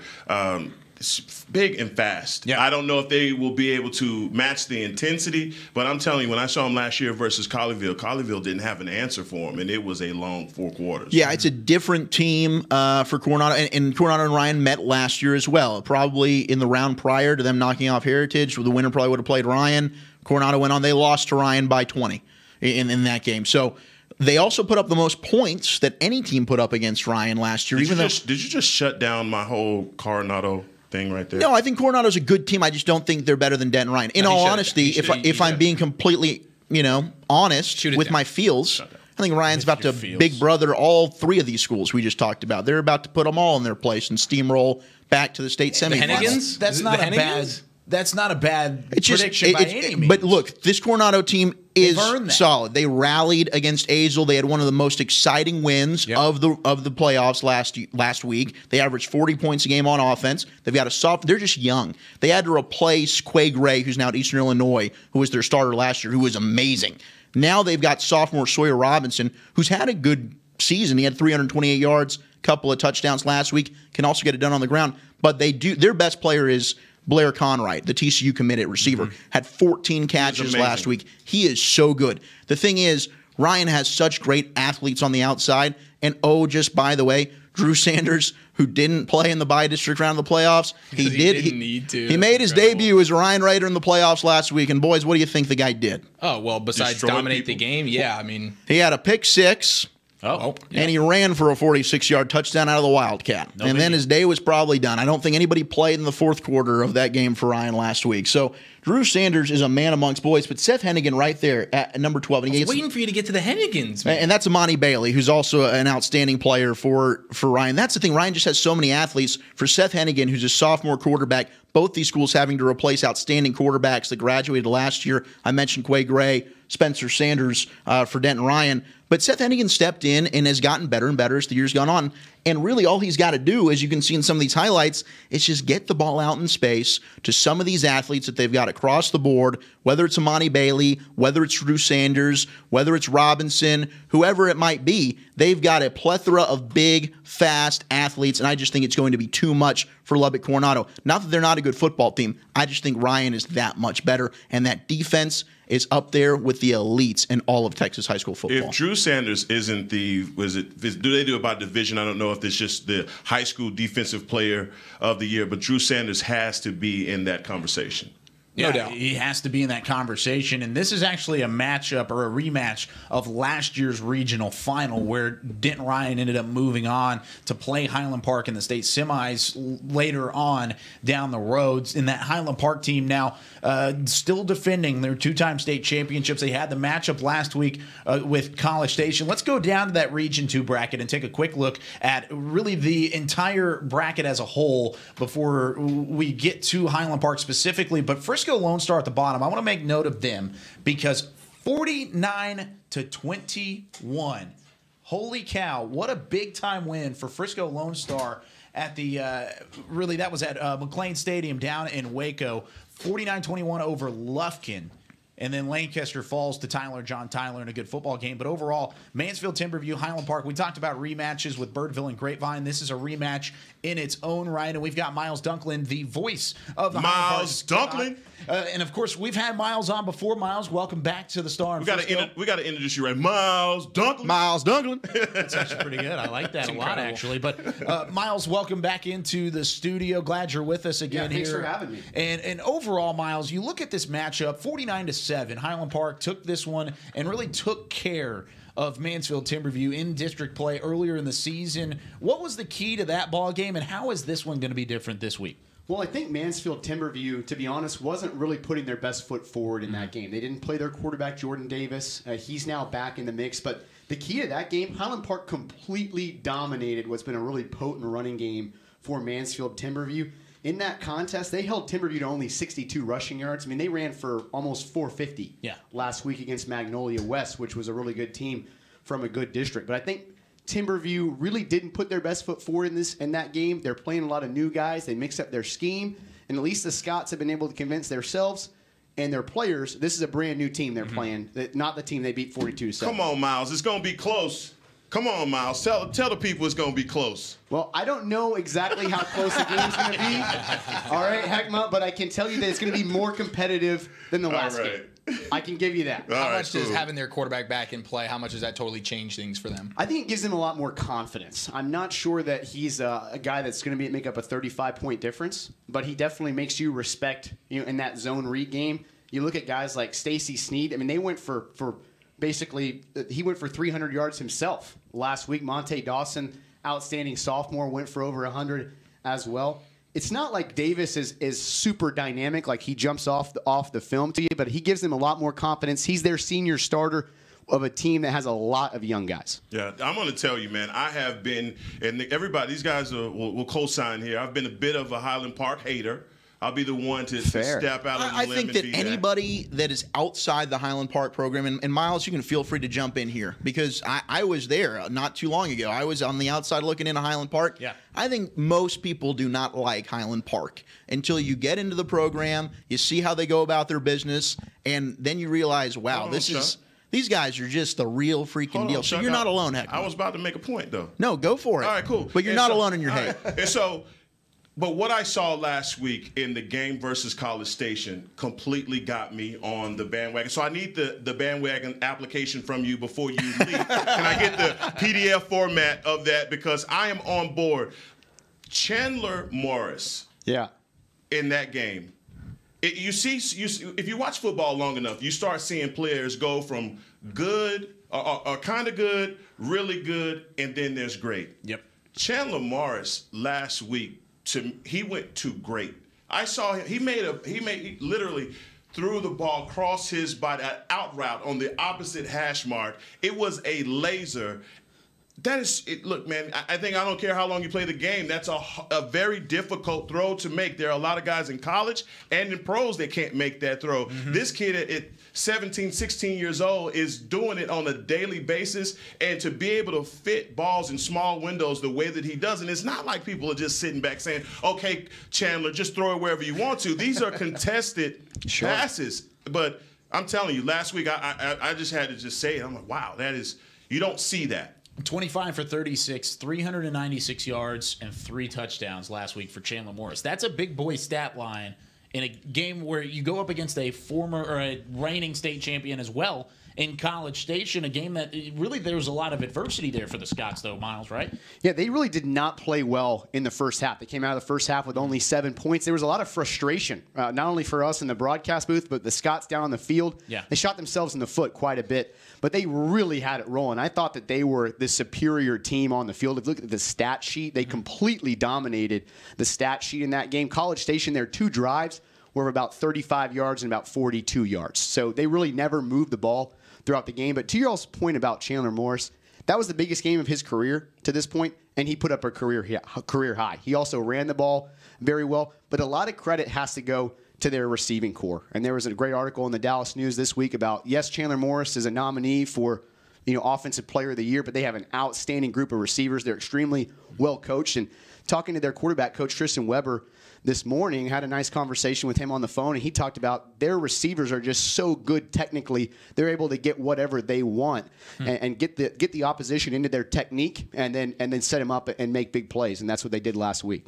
Yeah, the football intelligence really just jumps off the screen when you watch a team like Highland Park, especially at the high school level. You don't see that kind of detail-oriented team do and be that effective for as long as they have. I mean, it's just incredible. But you mentioned that Timberview, they threw the schemes and the playbooks out the window there after the loss to Highland Park. With 2 weeks left in the season, they changed the schemes. Is that offensively? Is that defensively? I mean, what do they do? What are they doing different? They have some new guys in the lineup on offense. They scrapped a couple of their seniors, and they're playing some young guys. They're playing some sophomores. They also went from a 4-2-5 to a 3-3-5 stack.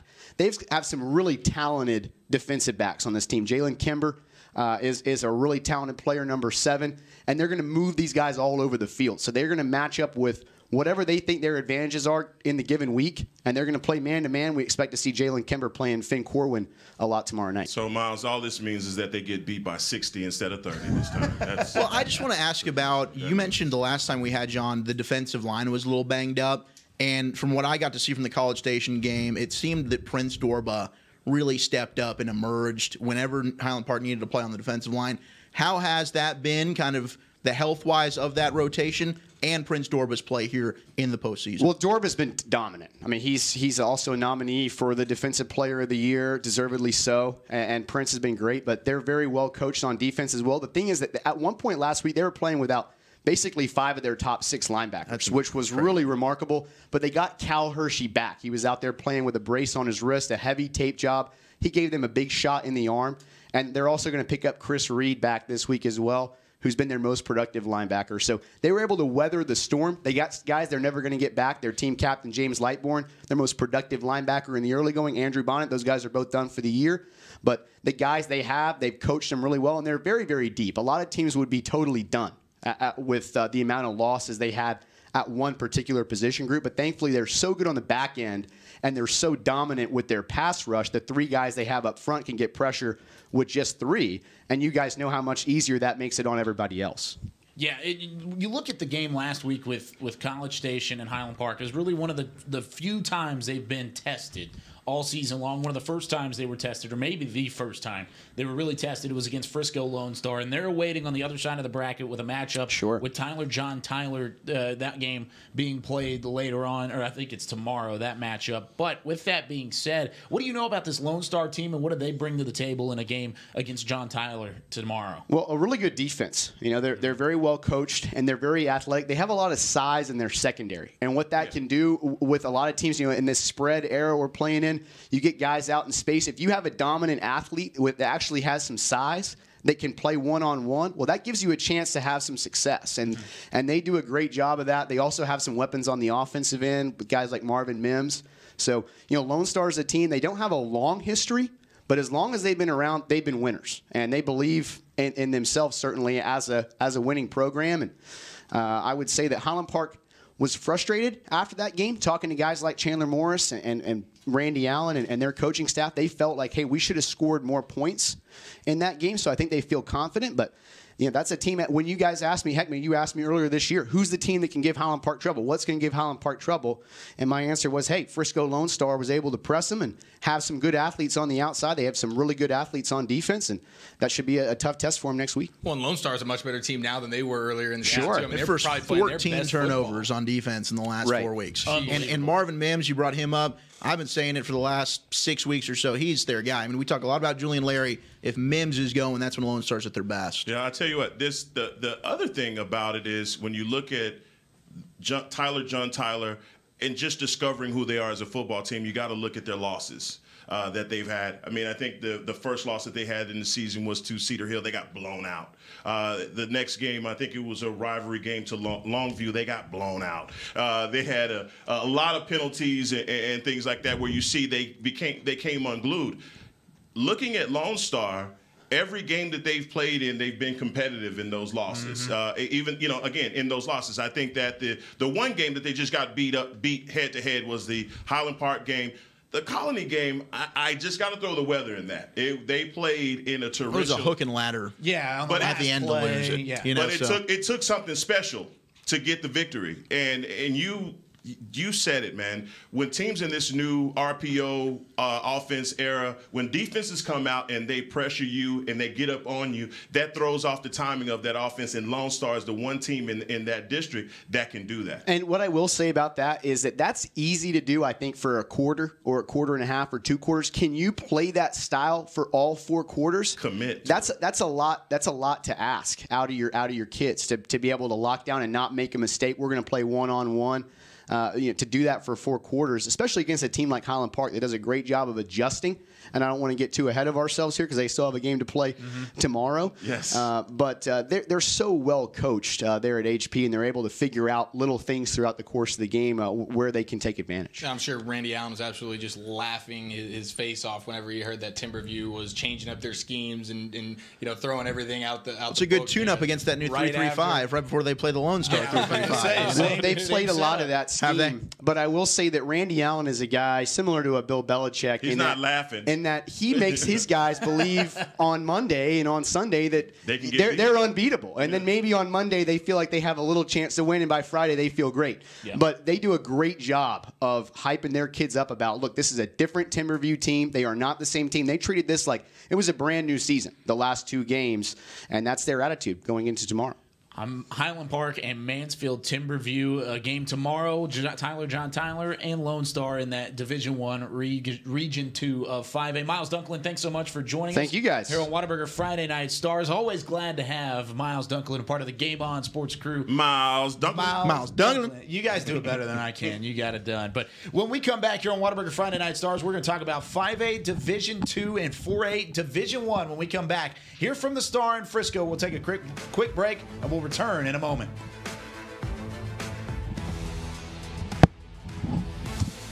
Yes, folks. Yeah, that's a heck of an ordeal. Frisco did it. The sweet and spicy bacon burger. The sweet and spicy bacon burger is my all-time favorite. I love this burger. It's just perfect. 2 beef patties, 2 different types of cheese, caramelized onions. My favorite thing about this burger is the sweet and spicy pepper sauce and the bacon. You get it in every bite. Nothing beats this. The sweet and spicy bacon burger is an all-time favorite at Whataburger. That's happiness.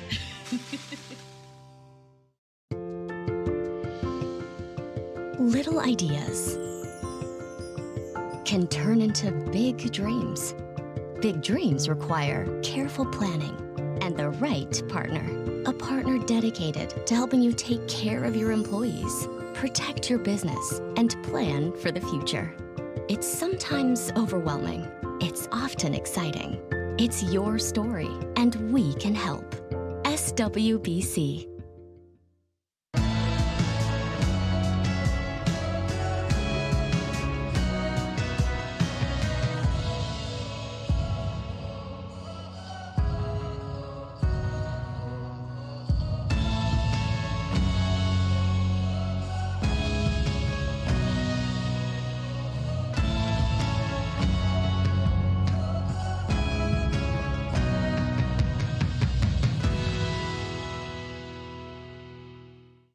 Hey football fans, check this out. It's called Fan Tag, the easiest way to get video highlights from all of your games. As a parent, I know the value of capturing our kids' special moments on video.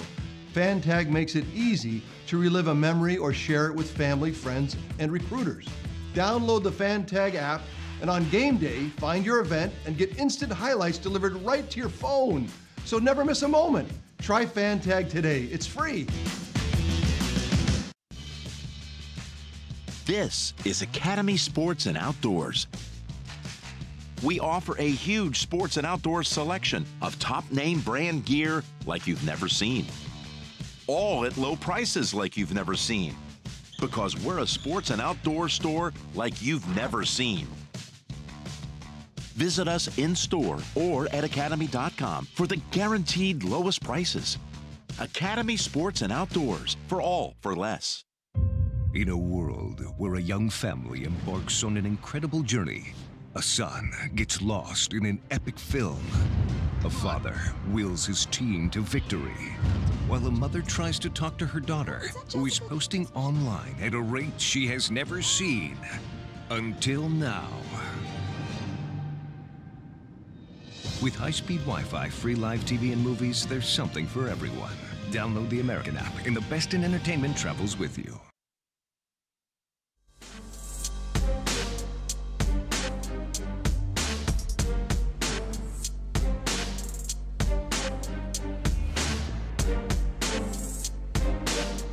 Here from Whataburger Friday Night Stars, live from the Star in Frisco, and that is the Dallas Cowboys locker room inside the Star, just down the hallway. We've got one more segment to get you ready for the regional semifinals, and then we will be back at 9 o'clock. So glad Miles Dunklin was able to... Miles Dunklin.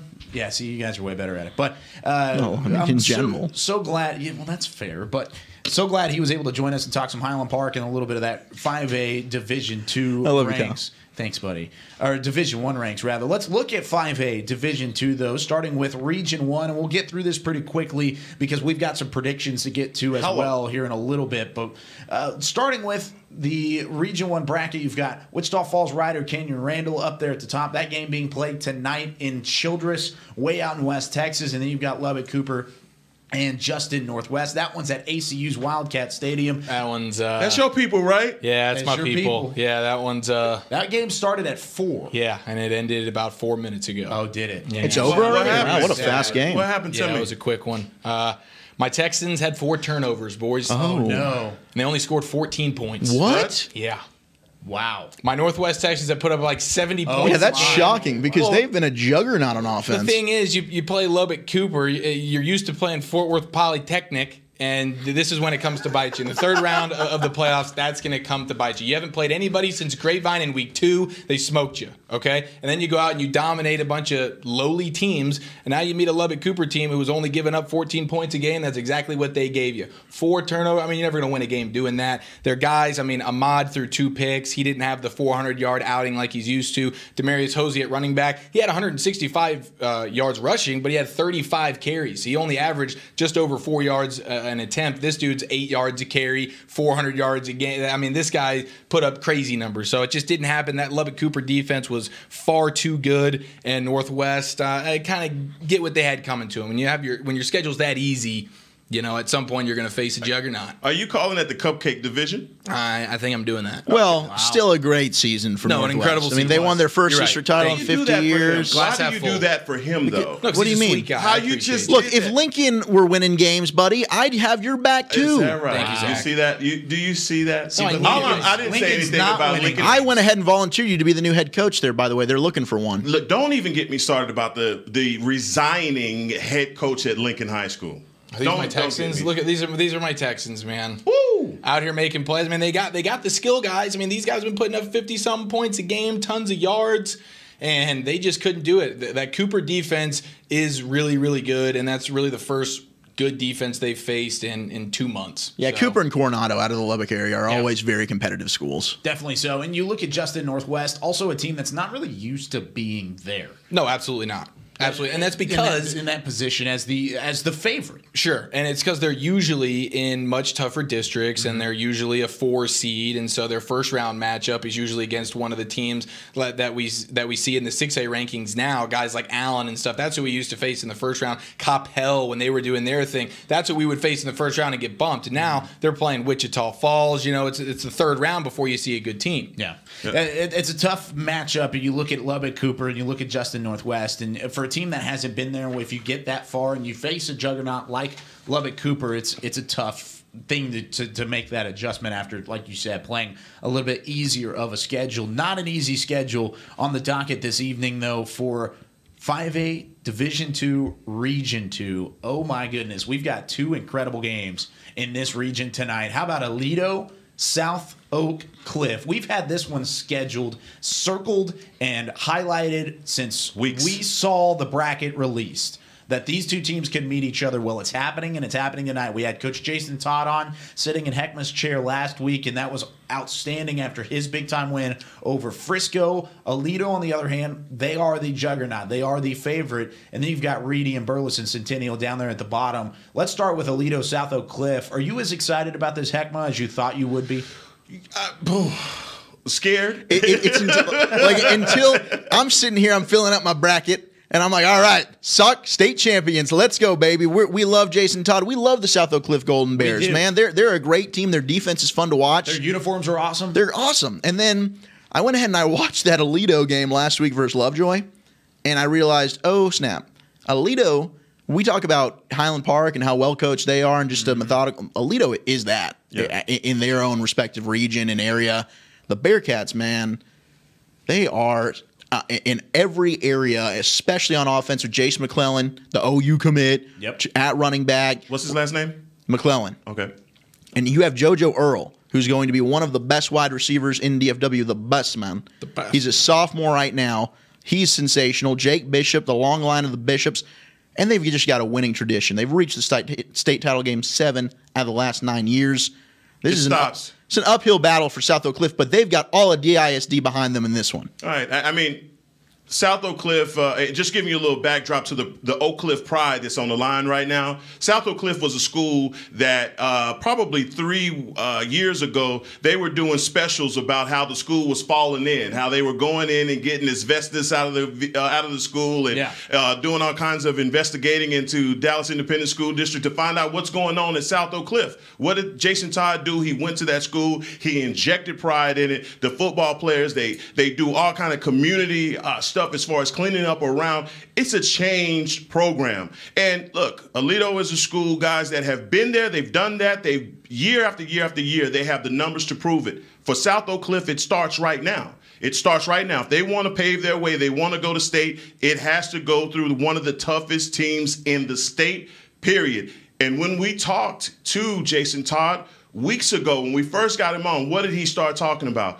Preparing, and we start talking about those Adamsons and the teams that he had, like that, those Fort Worth teams where you say, well, wait a minute, that may be a powder puff game for you. You may not, that may lower your expectation, but you have a tough division. That's exactly what he said. I'm always talking to my guys about what we're going to do in those first, second, and third rounds, because everything that we're going to do is going to lead through Aledo. Well, all the talk is over. Now you got to do it. And it is defense of that South Oak Cliff Golden Bears, #1 defense in 5A versus the #2 offense in Aledo. That is going to be the matchup I think all of us have been waiting for. But can that Sauk offense, we saw Sean Sims last week, they turned the ball over a couple of times, they can run the football. Cameron Davis. Casey Cook.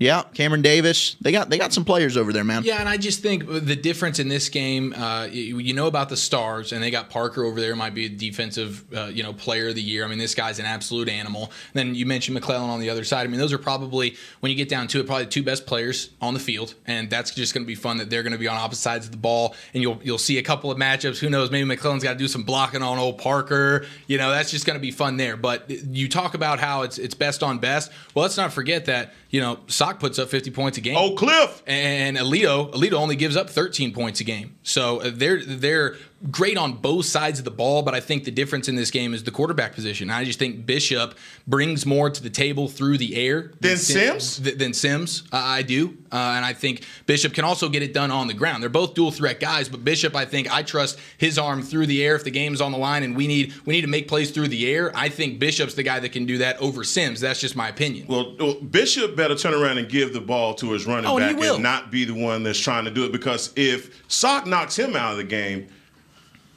I'm just worried about the Golden Bears over pursuing a little bit. I mean, we saw against Frisco. No bounties. No bounties. We saw against Frisco defensively, they'll get upfield in a hurry, and that's the one thing Aledo will catch on, because they love running those quick, just get it out into the flats, let JoJo Earl, let Chase McClellan, let these skill players out wide, just work them, and all of a sudden they catch a DB, they make a man miss. That's going to be the key. Tackling and making sure you stay in your lanes for Sauk. But Jason Todd has done an incredible job, and this is a Golden Bear team. They're playing with nothing to lose, man. It's us against the world. Aledo expects to be here. They expect to be in a state championship game. South Oak Cliff right now, from this point on, it's all gravy, baby, especially if they knock off the Bearcats. If South Oak Cliff wins this game, this is a game that'll be remembered for a long, long time. If Aledo wins this game, it's just another game on the way to Aledo trying to win another state championship, which is unfortunate, but that's how it is. And Aledo earned their way to that position.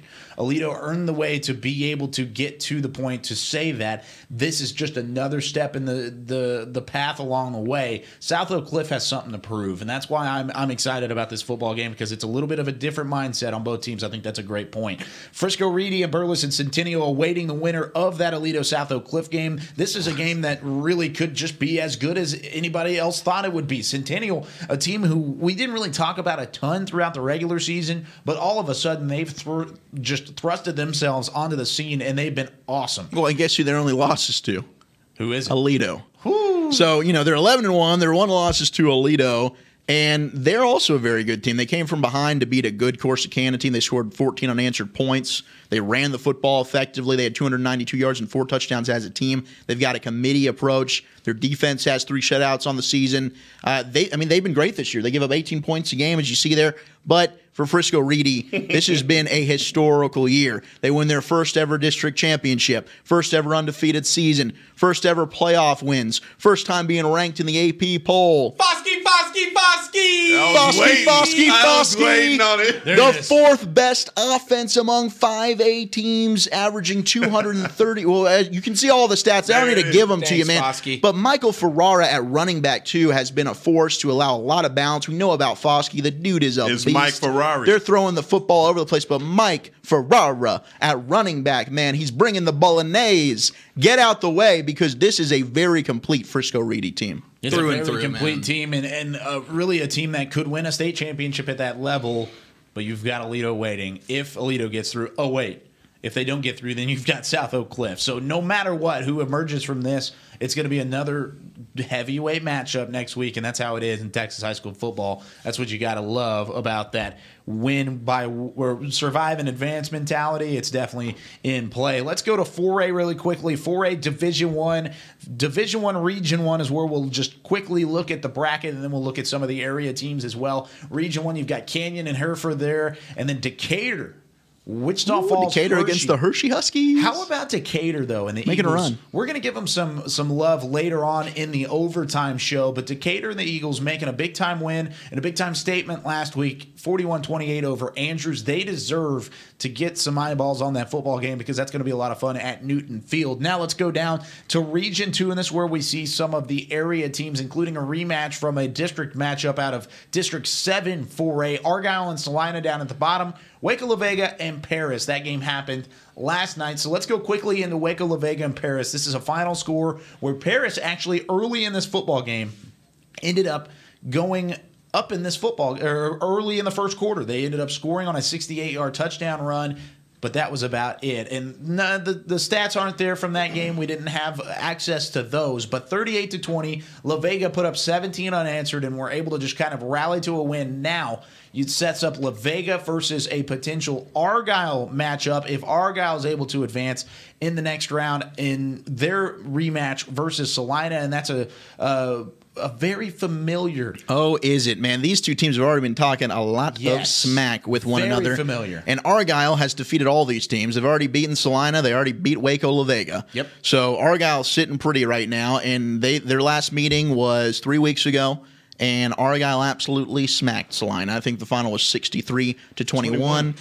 Now, this has been a very competitive series over the last 15 years. Argyle's got the 7-5 edge. In Salina, they call this Salina time. It's the playoffs. It's Salina time. They just turn it up to a new level come the postseason play. And their head coach, Bill Elliott, provided some bulletin board material for Argyle. Oh, I like it. And I don't know that was necessarily the best idea, but they are very confident, and their head coach is trying to give that confidence to his team.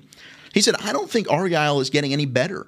They're still the same team they were 3 weeks ago, and they're not improving. They're already a good football team, but they don't have the ceiling that we do. Well, that's the thing. When you've already maxed out at the very, very top, there's nowhere to go. I think that's actually a compliment to Argyle. They're so good, they literally can't get any better. Bo Hogaboom is going to throw Bo 1,000 yards. Tito Bice, Dylan Carter, that Argyle defense, they're going to unleash some pain on Salina. Now, Salina's playing really well. They're confident, and they are a much better team than they were 3 weeks ago. They have grown a lot. Noah Ross is playing great, but their offense revolves around Logan Point, and Argyle completely shut that down in their first meeting, held Logan Point to just 21 rushing yards. If Salina has a shot tonight, Logan Point's going to have to get going. And we're talking about Argyle and putting up big-time numbers, Bo Hogaboom throwing for 1,000 yards. Heck, Bo, what'd you say earlier? Sock in mouth. Yeah. This is a potential for that to happen because we're giving Salina no chance here. And I think and look, that first game I think was just it was a snowball effect turnover-wise. I mean, Salina came over. They turned the football over early in that football game. They allowed Argyle to jump out to a massive lead in that one. And if they can come out, not have the special teams errors, not turn the ball over like they did in the first quarter and spot Argyle 3 touchdowns, it should be much more competitive. But to me, Argyle is the best team in 4A, period. Well, with that being said, if Argyle does move on, and you said this just a moment ago, they've already beaten the 3 other teams left in this district, or at least this region, going into the regional semifinals. Paris, they defeated by 8 points. They defeated Salina, who they played tonight, 63-21. However, Waco La Vega, who beat Paris last night by 18, that game was as close as Argyle has come to losing. 31-29 was that final score earlier in the season, and it took 14 unanswered points in the fourth quarter for Argyle to win that game and be able to beat Waco La Vega. So if Argyle is to move on and is able to beat Salina in a rematch tonight, I don't want to discredit the Bobcats, but it looks like that might happen. If Argyle's able to move on, then it's another rematch between the only team that's really challenged Argyle all year long, and it really could decide who wins the state championship at this level because both of those teams have been that good so far. No doubt. And for Salina, they've got a pedigree that's up there with Alito, right? 25 straight playoff appearances, 8 state championships. That Salina time is no joke, but I just think this year, it's finally Argyle. Well, I mean, Salina time should have ended 3 weeks ago versus Wilmer Hutchins, and it was. That's true. That's a great point. They beat a really good Wilmer Hutchins team and a good Stephenville team that knocked Argyle out in this round last year. Yeah, Salina has some on defense. A kid by the name of Logan Walker, 6'2", 240-pound defensive end, and he is coming every play. He's a junior. Guys, and doesn't have a lot of offers right now, but he will be a difference maker tonight. He's going to have to be all over Bo Hogaboom because he's going to be airing it out. He's going to be airing it out. He's going to be doing that indeed. But you talk about Salina time being the playoffs. Guess what time it is now? What's that? Prediction time. Pick'em time. We've got to shine, baby. Minutes to predict some of the best matchups around the area. We tried something new on Twitter this week, and it was a little bit. We put out graphics for each team in some of our prediction games. Only the games tonight were the ones that we'll look at, but we said, hey, go on there and retweet if you think who's going to win. Well, out of those games, let's just look at these two games, South Lake Carroll and Trinity. Trinity got 49 retweets, so they take down South Lake Carroll in that matchup, at least according to Twitter. Well, their fan base for South Lake Carroll very disappointed in 49-4 retweet-wise. South Lake Carroll didn't retweet a whole lot. Now, how about Lamar's fan base? 52 retweets to Duncanville's 16. Nice. So the fan base is representing a little bit. The Trojans and the Vikings looking like they're going to move on if we're going by Twitter. But let's go by our own compass in terms of who we're going to pick. Starting with Burleson Centennial and Frisco Reedy. Heckma, since you were glamping last week, you still gave us your predictions. Who you got this week? I got Foskey, Reedy. Wow, that was easy. Yeah, I'm going Reedy as well. I just think they're too explosive. I don't think Burleson Centennial is going to be able to keep pace. Yeah, and I just think they're too talented across the board, and they play some of the most complimentary football as anybody in the area in terms of how good their offense is and how good their defense is. I'm going Reedy. Guys, you know we can spend a little bit of time on this. We've got 10 minutes. There's another game that I want to spend some time on when we get there. That we've completely neglected. There you go. We're doing this on purpose. Okay. Burleson Centennial and Frisco Reedy. I'm going with Reedy here as well. So it's across the board. Frisco Reedy and the Lions moving on. Burleson Centennial, that might be one of those games that sneaks up on us as a prediction, though. I think there's a good chance that I didn't think they'd win last week, and they did. Exactly. I think there's a chance that they can do that. Euless Trinity, South Lake Carroll, one of the games of the week. We'll talk to Ashley Pickle about this one here in just a little while. But Euless Trinity, South Lake Carroll, Apogee Stadium. Eric, who you got? Yeah, I'm going with the Blondies, man. I just think South Lake is too good across the board. They can throw the ball, they can run the ball, and their run defense, which is really where this game is going to be won and lost. They shut down Coppell in the first round of the playoffs. Forced them to negative 30 rushing yards in that game. I think South Lake's defense is the deciding factor in this one. They get the victory. I'm going South Lake Carroll as well. I think they're a better football team than Trinity. It'll be close. It usually is, but I think the Dragons will pull away. Guys, I'm going Euless Trinity on this one. I just think the physicalness of Euless Trinity will come through. They lost to Haltom, and people left them for dead.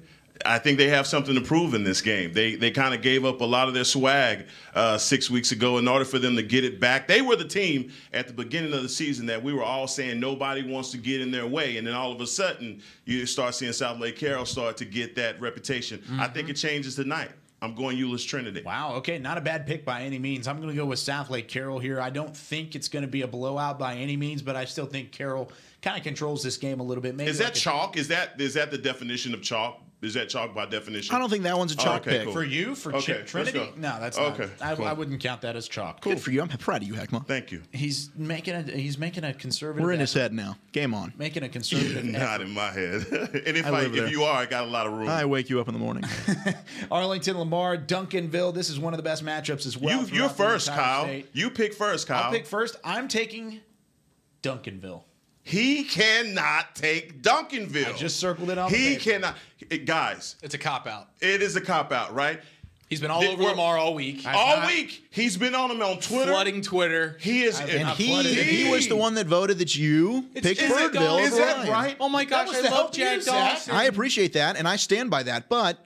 You know, that's his L. So would somebody please put an L, put a chain on it, and hang it around his neck? Because it's his. Here, hold on. I picked Duncanville to be a state champion. And I did not pick against Duncanville at any point on Twitter this week. I never picked. I go on it and read it. Read it right now. We'll do that. We'll do that during the break. We'll do that during the break. We'll put it out there on social media. I never picked Duncanville to lose. However, I did say this is going to be a closer game than I think a lot of people think, and the Vikings are coming is the words he used. Hey, they're winning. They're make it a close according game. to Twitter, but I'm taking Duncanville as well. I think they're going to be a close game, and I think Duncanville will win. But I think this will be a one-score game. This is an asterisk game for you. It is not an asterisk game by any means. I'm the host. I get to say it. Put your foot down, baby. Listen, Kyle, I'm with you, dude. The Duffel Bag Boys, as Heckman likes to call the Panthers, they're riding high right now. I do think that's one of the best nicknames that we've ever come up with. He's trying to climb back into your good circle. I also used that hashtag this week. It's because it's good. That's why you used it. It is good. I didn't say it wasn't. So Duncanville across the board. Can we get into the best game of the night that we haven't talked about at all? Introduce it? It's unbelievable. I'm ashamed we haven't gotten to this game yet. It's here at the Ford Center at the Star in Frisco. Midlothian Heritage and the Carthage Bulldogs. And there is red all over the place. They've showed up in droves. Carthage, the Bulldogs, back-to-back state champions. 38 straight wins. Say that again. Back-to-back state champions. 38 straight wins. By the way, Allen and Highland Park that have these long winning streaks, that's the longest winning streak in the state of Texas. Put some respect on the Carthage Bulldogs. They have not lost a game since October of 2016, and they've made the playoffs every year since 2007. They're led by a really good quarterback in Gunnar Capps, but on the other side, Midlothian Heritage, one of those young programs like Frisco Reedy is, Frisco Lone Star, these up-and-comers. They've gone 34-4 in their first 3 years. They've lost in this round every year. They've got my man at receiver, Langston Anderson, the most underappreciated wide receiver in the area. They've got Landon Ledbetter, a 3-year starter at quarterback. This is the year they slay the giant. Oh, Carthage goes down. Oh, my God. Give me Heritage to kick the door down in advance, baby. First loss. I'm going with Midlothian Heritage to pull the upset. 38-1 in their last 39, according to Zach Walchuk. It's shocking. Carthage is the real deal, but I think Heritage has the goods to score the points What's the this matter year. with you? Are you okay? I drank the Kool-Aid, brother. Goodness, it sounds like it tasted incredible. It was the best I've ever had. Some of that, dude. Extra sugar. Real. Well, Carthage is going to win. So you know nothing about either team. 39 Picking the chalk. You know nothing about either 39-0. team. Picking the chalk. Pick the chalk. I'll be out on the limb. That's fine with me. Chalk. He's going to go Carthage. You're going with Carthage. And there's nothing wrong with picking Carthage. Well, I just like this this Heritage team. I'm right there with you. Really? I think Midlothian Heritage Did I sell wins this it? game. No, I had this pick already. Darn it. I'm not as emphatic about it as you. I think this is. It's going to be really close. Pick. I think this is like you said. This may be the game of the week, and we'll have live updates from it later on the overtime show because it won't be concluded by the time we get started back up at 9 o'clock. But one more final game, and we saved possibly the best for last. South Oak Cliff and Aledo. Man, this is going to be an incredible football game. And I don't know. I had all four of the first 4 games circled. I don't have this one circled and yet. it's because with our we love sock. We do. We love sock here. We've been on the sock bandwagon for the beginning. Our heart says sock. But do the wheels fall off for sock, or does Aledo end up seeing their season come to an end? My heart is with the Golden Bears. My brain, in watching both these teams play, I think Aledo's the more complete team, and they get the win. I agree. That sounded I hate to do it. I hate to do it to Coach Todd. I love him. Friend of the show. But Aledo, been there, done that. Bishop at quarterback. McClellan, best player on the field. Alito. I'm going to go ahead and go with Alito as well, leaving Heckma for last. Lone Wolf. Oh, Cliff, that's my hood. Put it in their face and make it understood. South on Cliff all day long. Come on. I want that pulled, baby. Let's go. That's it. Let's go. Don't tell me about Alito. Oak Cliff, let's go. By the way, you are FaceTiming into the team pregame, right, to give him the speech? No. He's already Dang, done that. dog, you should. He did the glamping thing, and he sent it over. Boys, we've done our best for the past 2 hours to set up everyone that has watched Whataburger Friday Night Stars this week. First off, if you've watched, we're glad you did. Second off, let's enjoy some Texas high school football. It doesn't get better than the Texas high school football playoffs. We are about 40 seconds away from kickoff round number 3. By the end of the weekend, we'll be halfway through to crowning champions across the state of Texas. We're going to be back at 9 o'clock. Whataburger Friday Night Stars overtime starting back up at 9. We'll go to 11. We'll give you finals. We'll give you highlights. We'll give you interviews. We'll give you more arousing, just absolutely emphatic we got speeches it all from Heckma. Come back at 9 o'clock. But until then, for Eric Giafalo, Zach Wolchuk, for Heckma Harrison, I'm Kyle Yeoman saying so long till 9 o'clock. How about them Cowboys?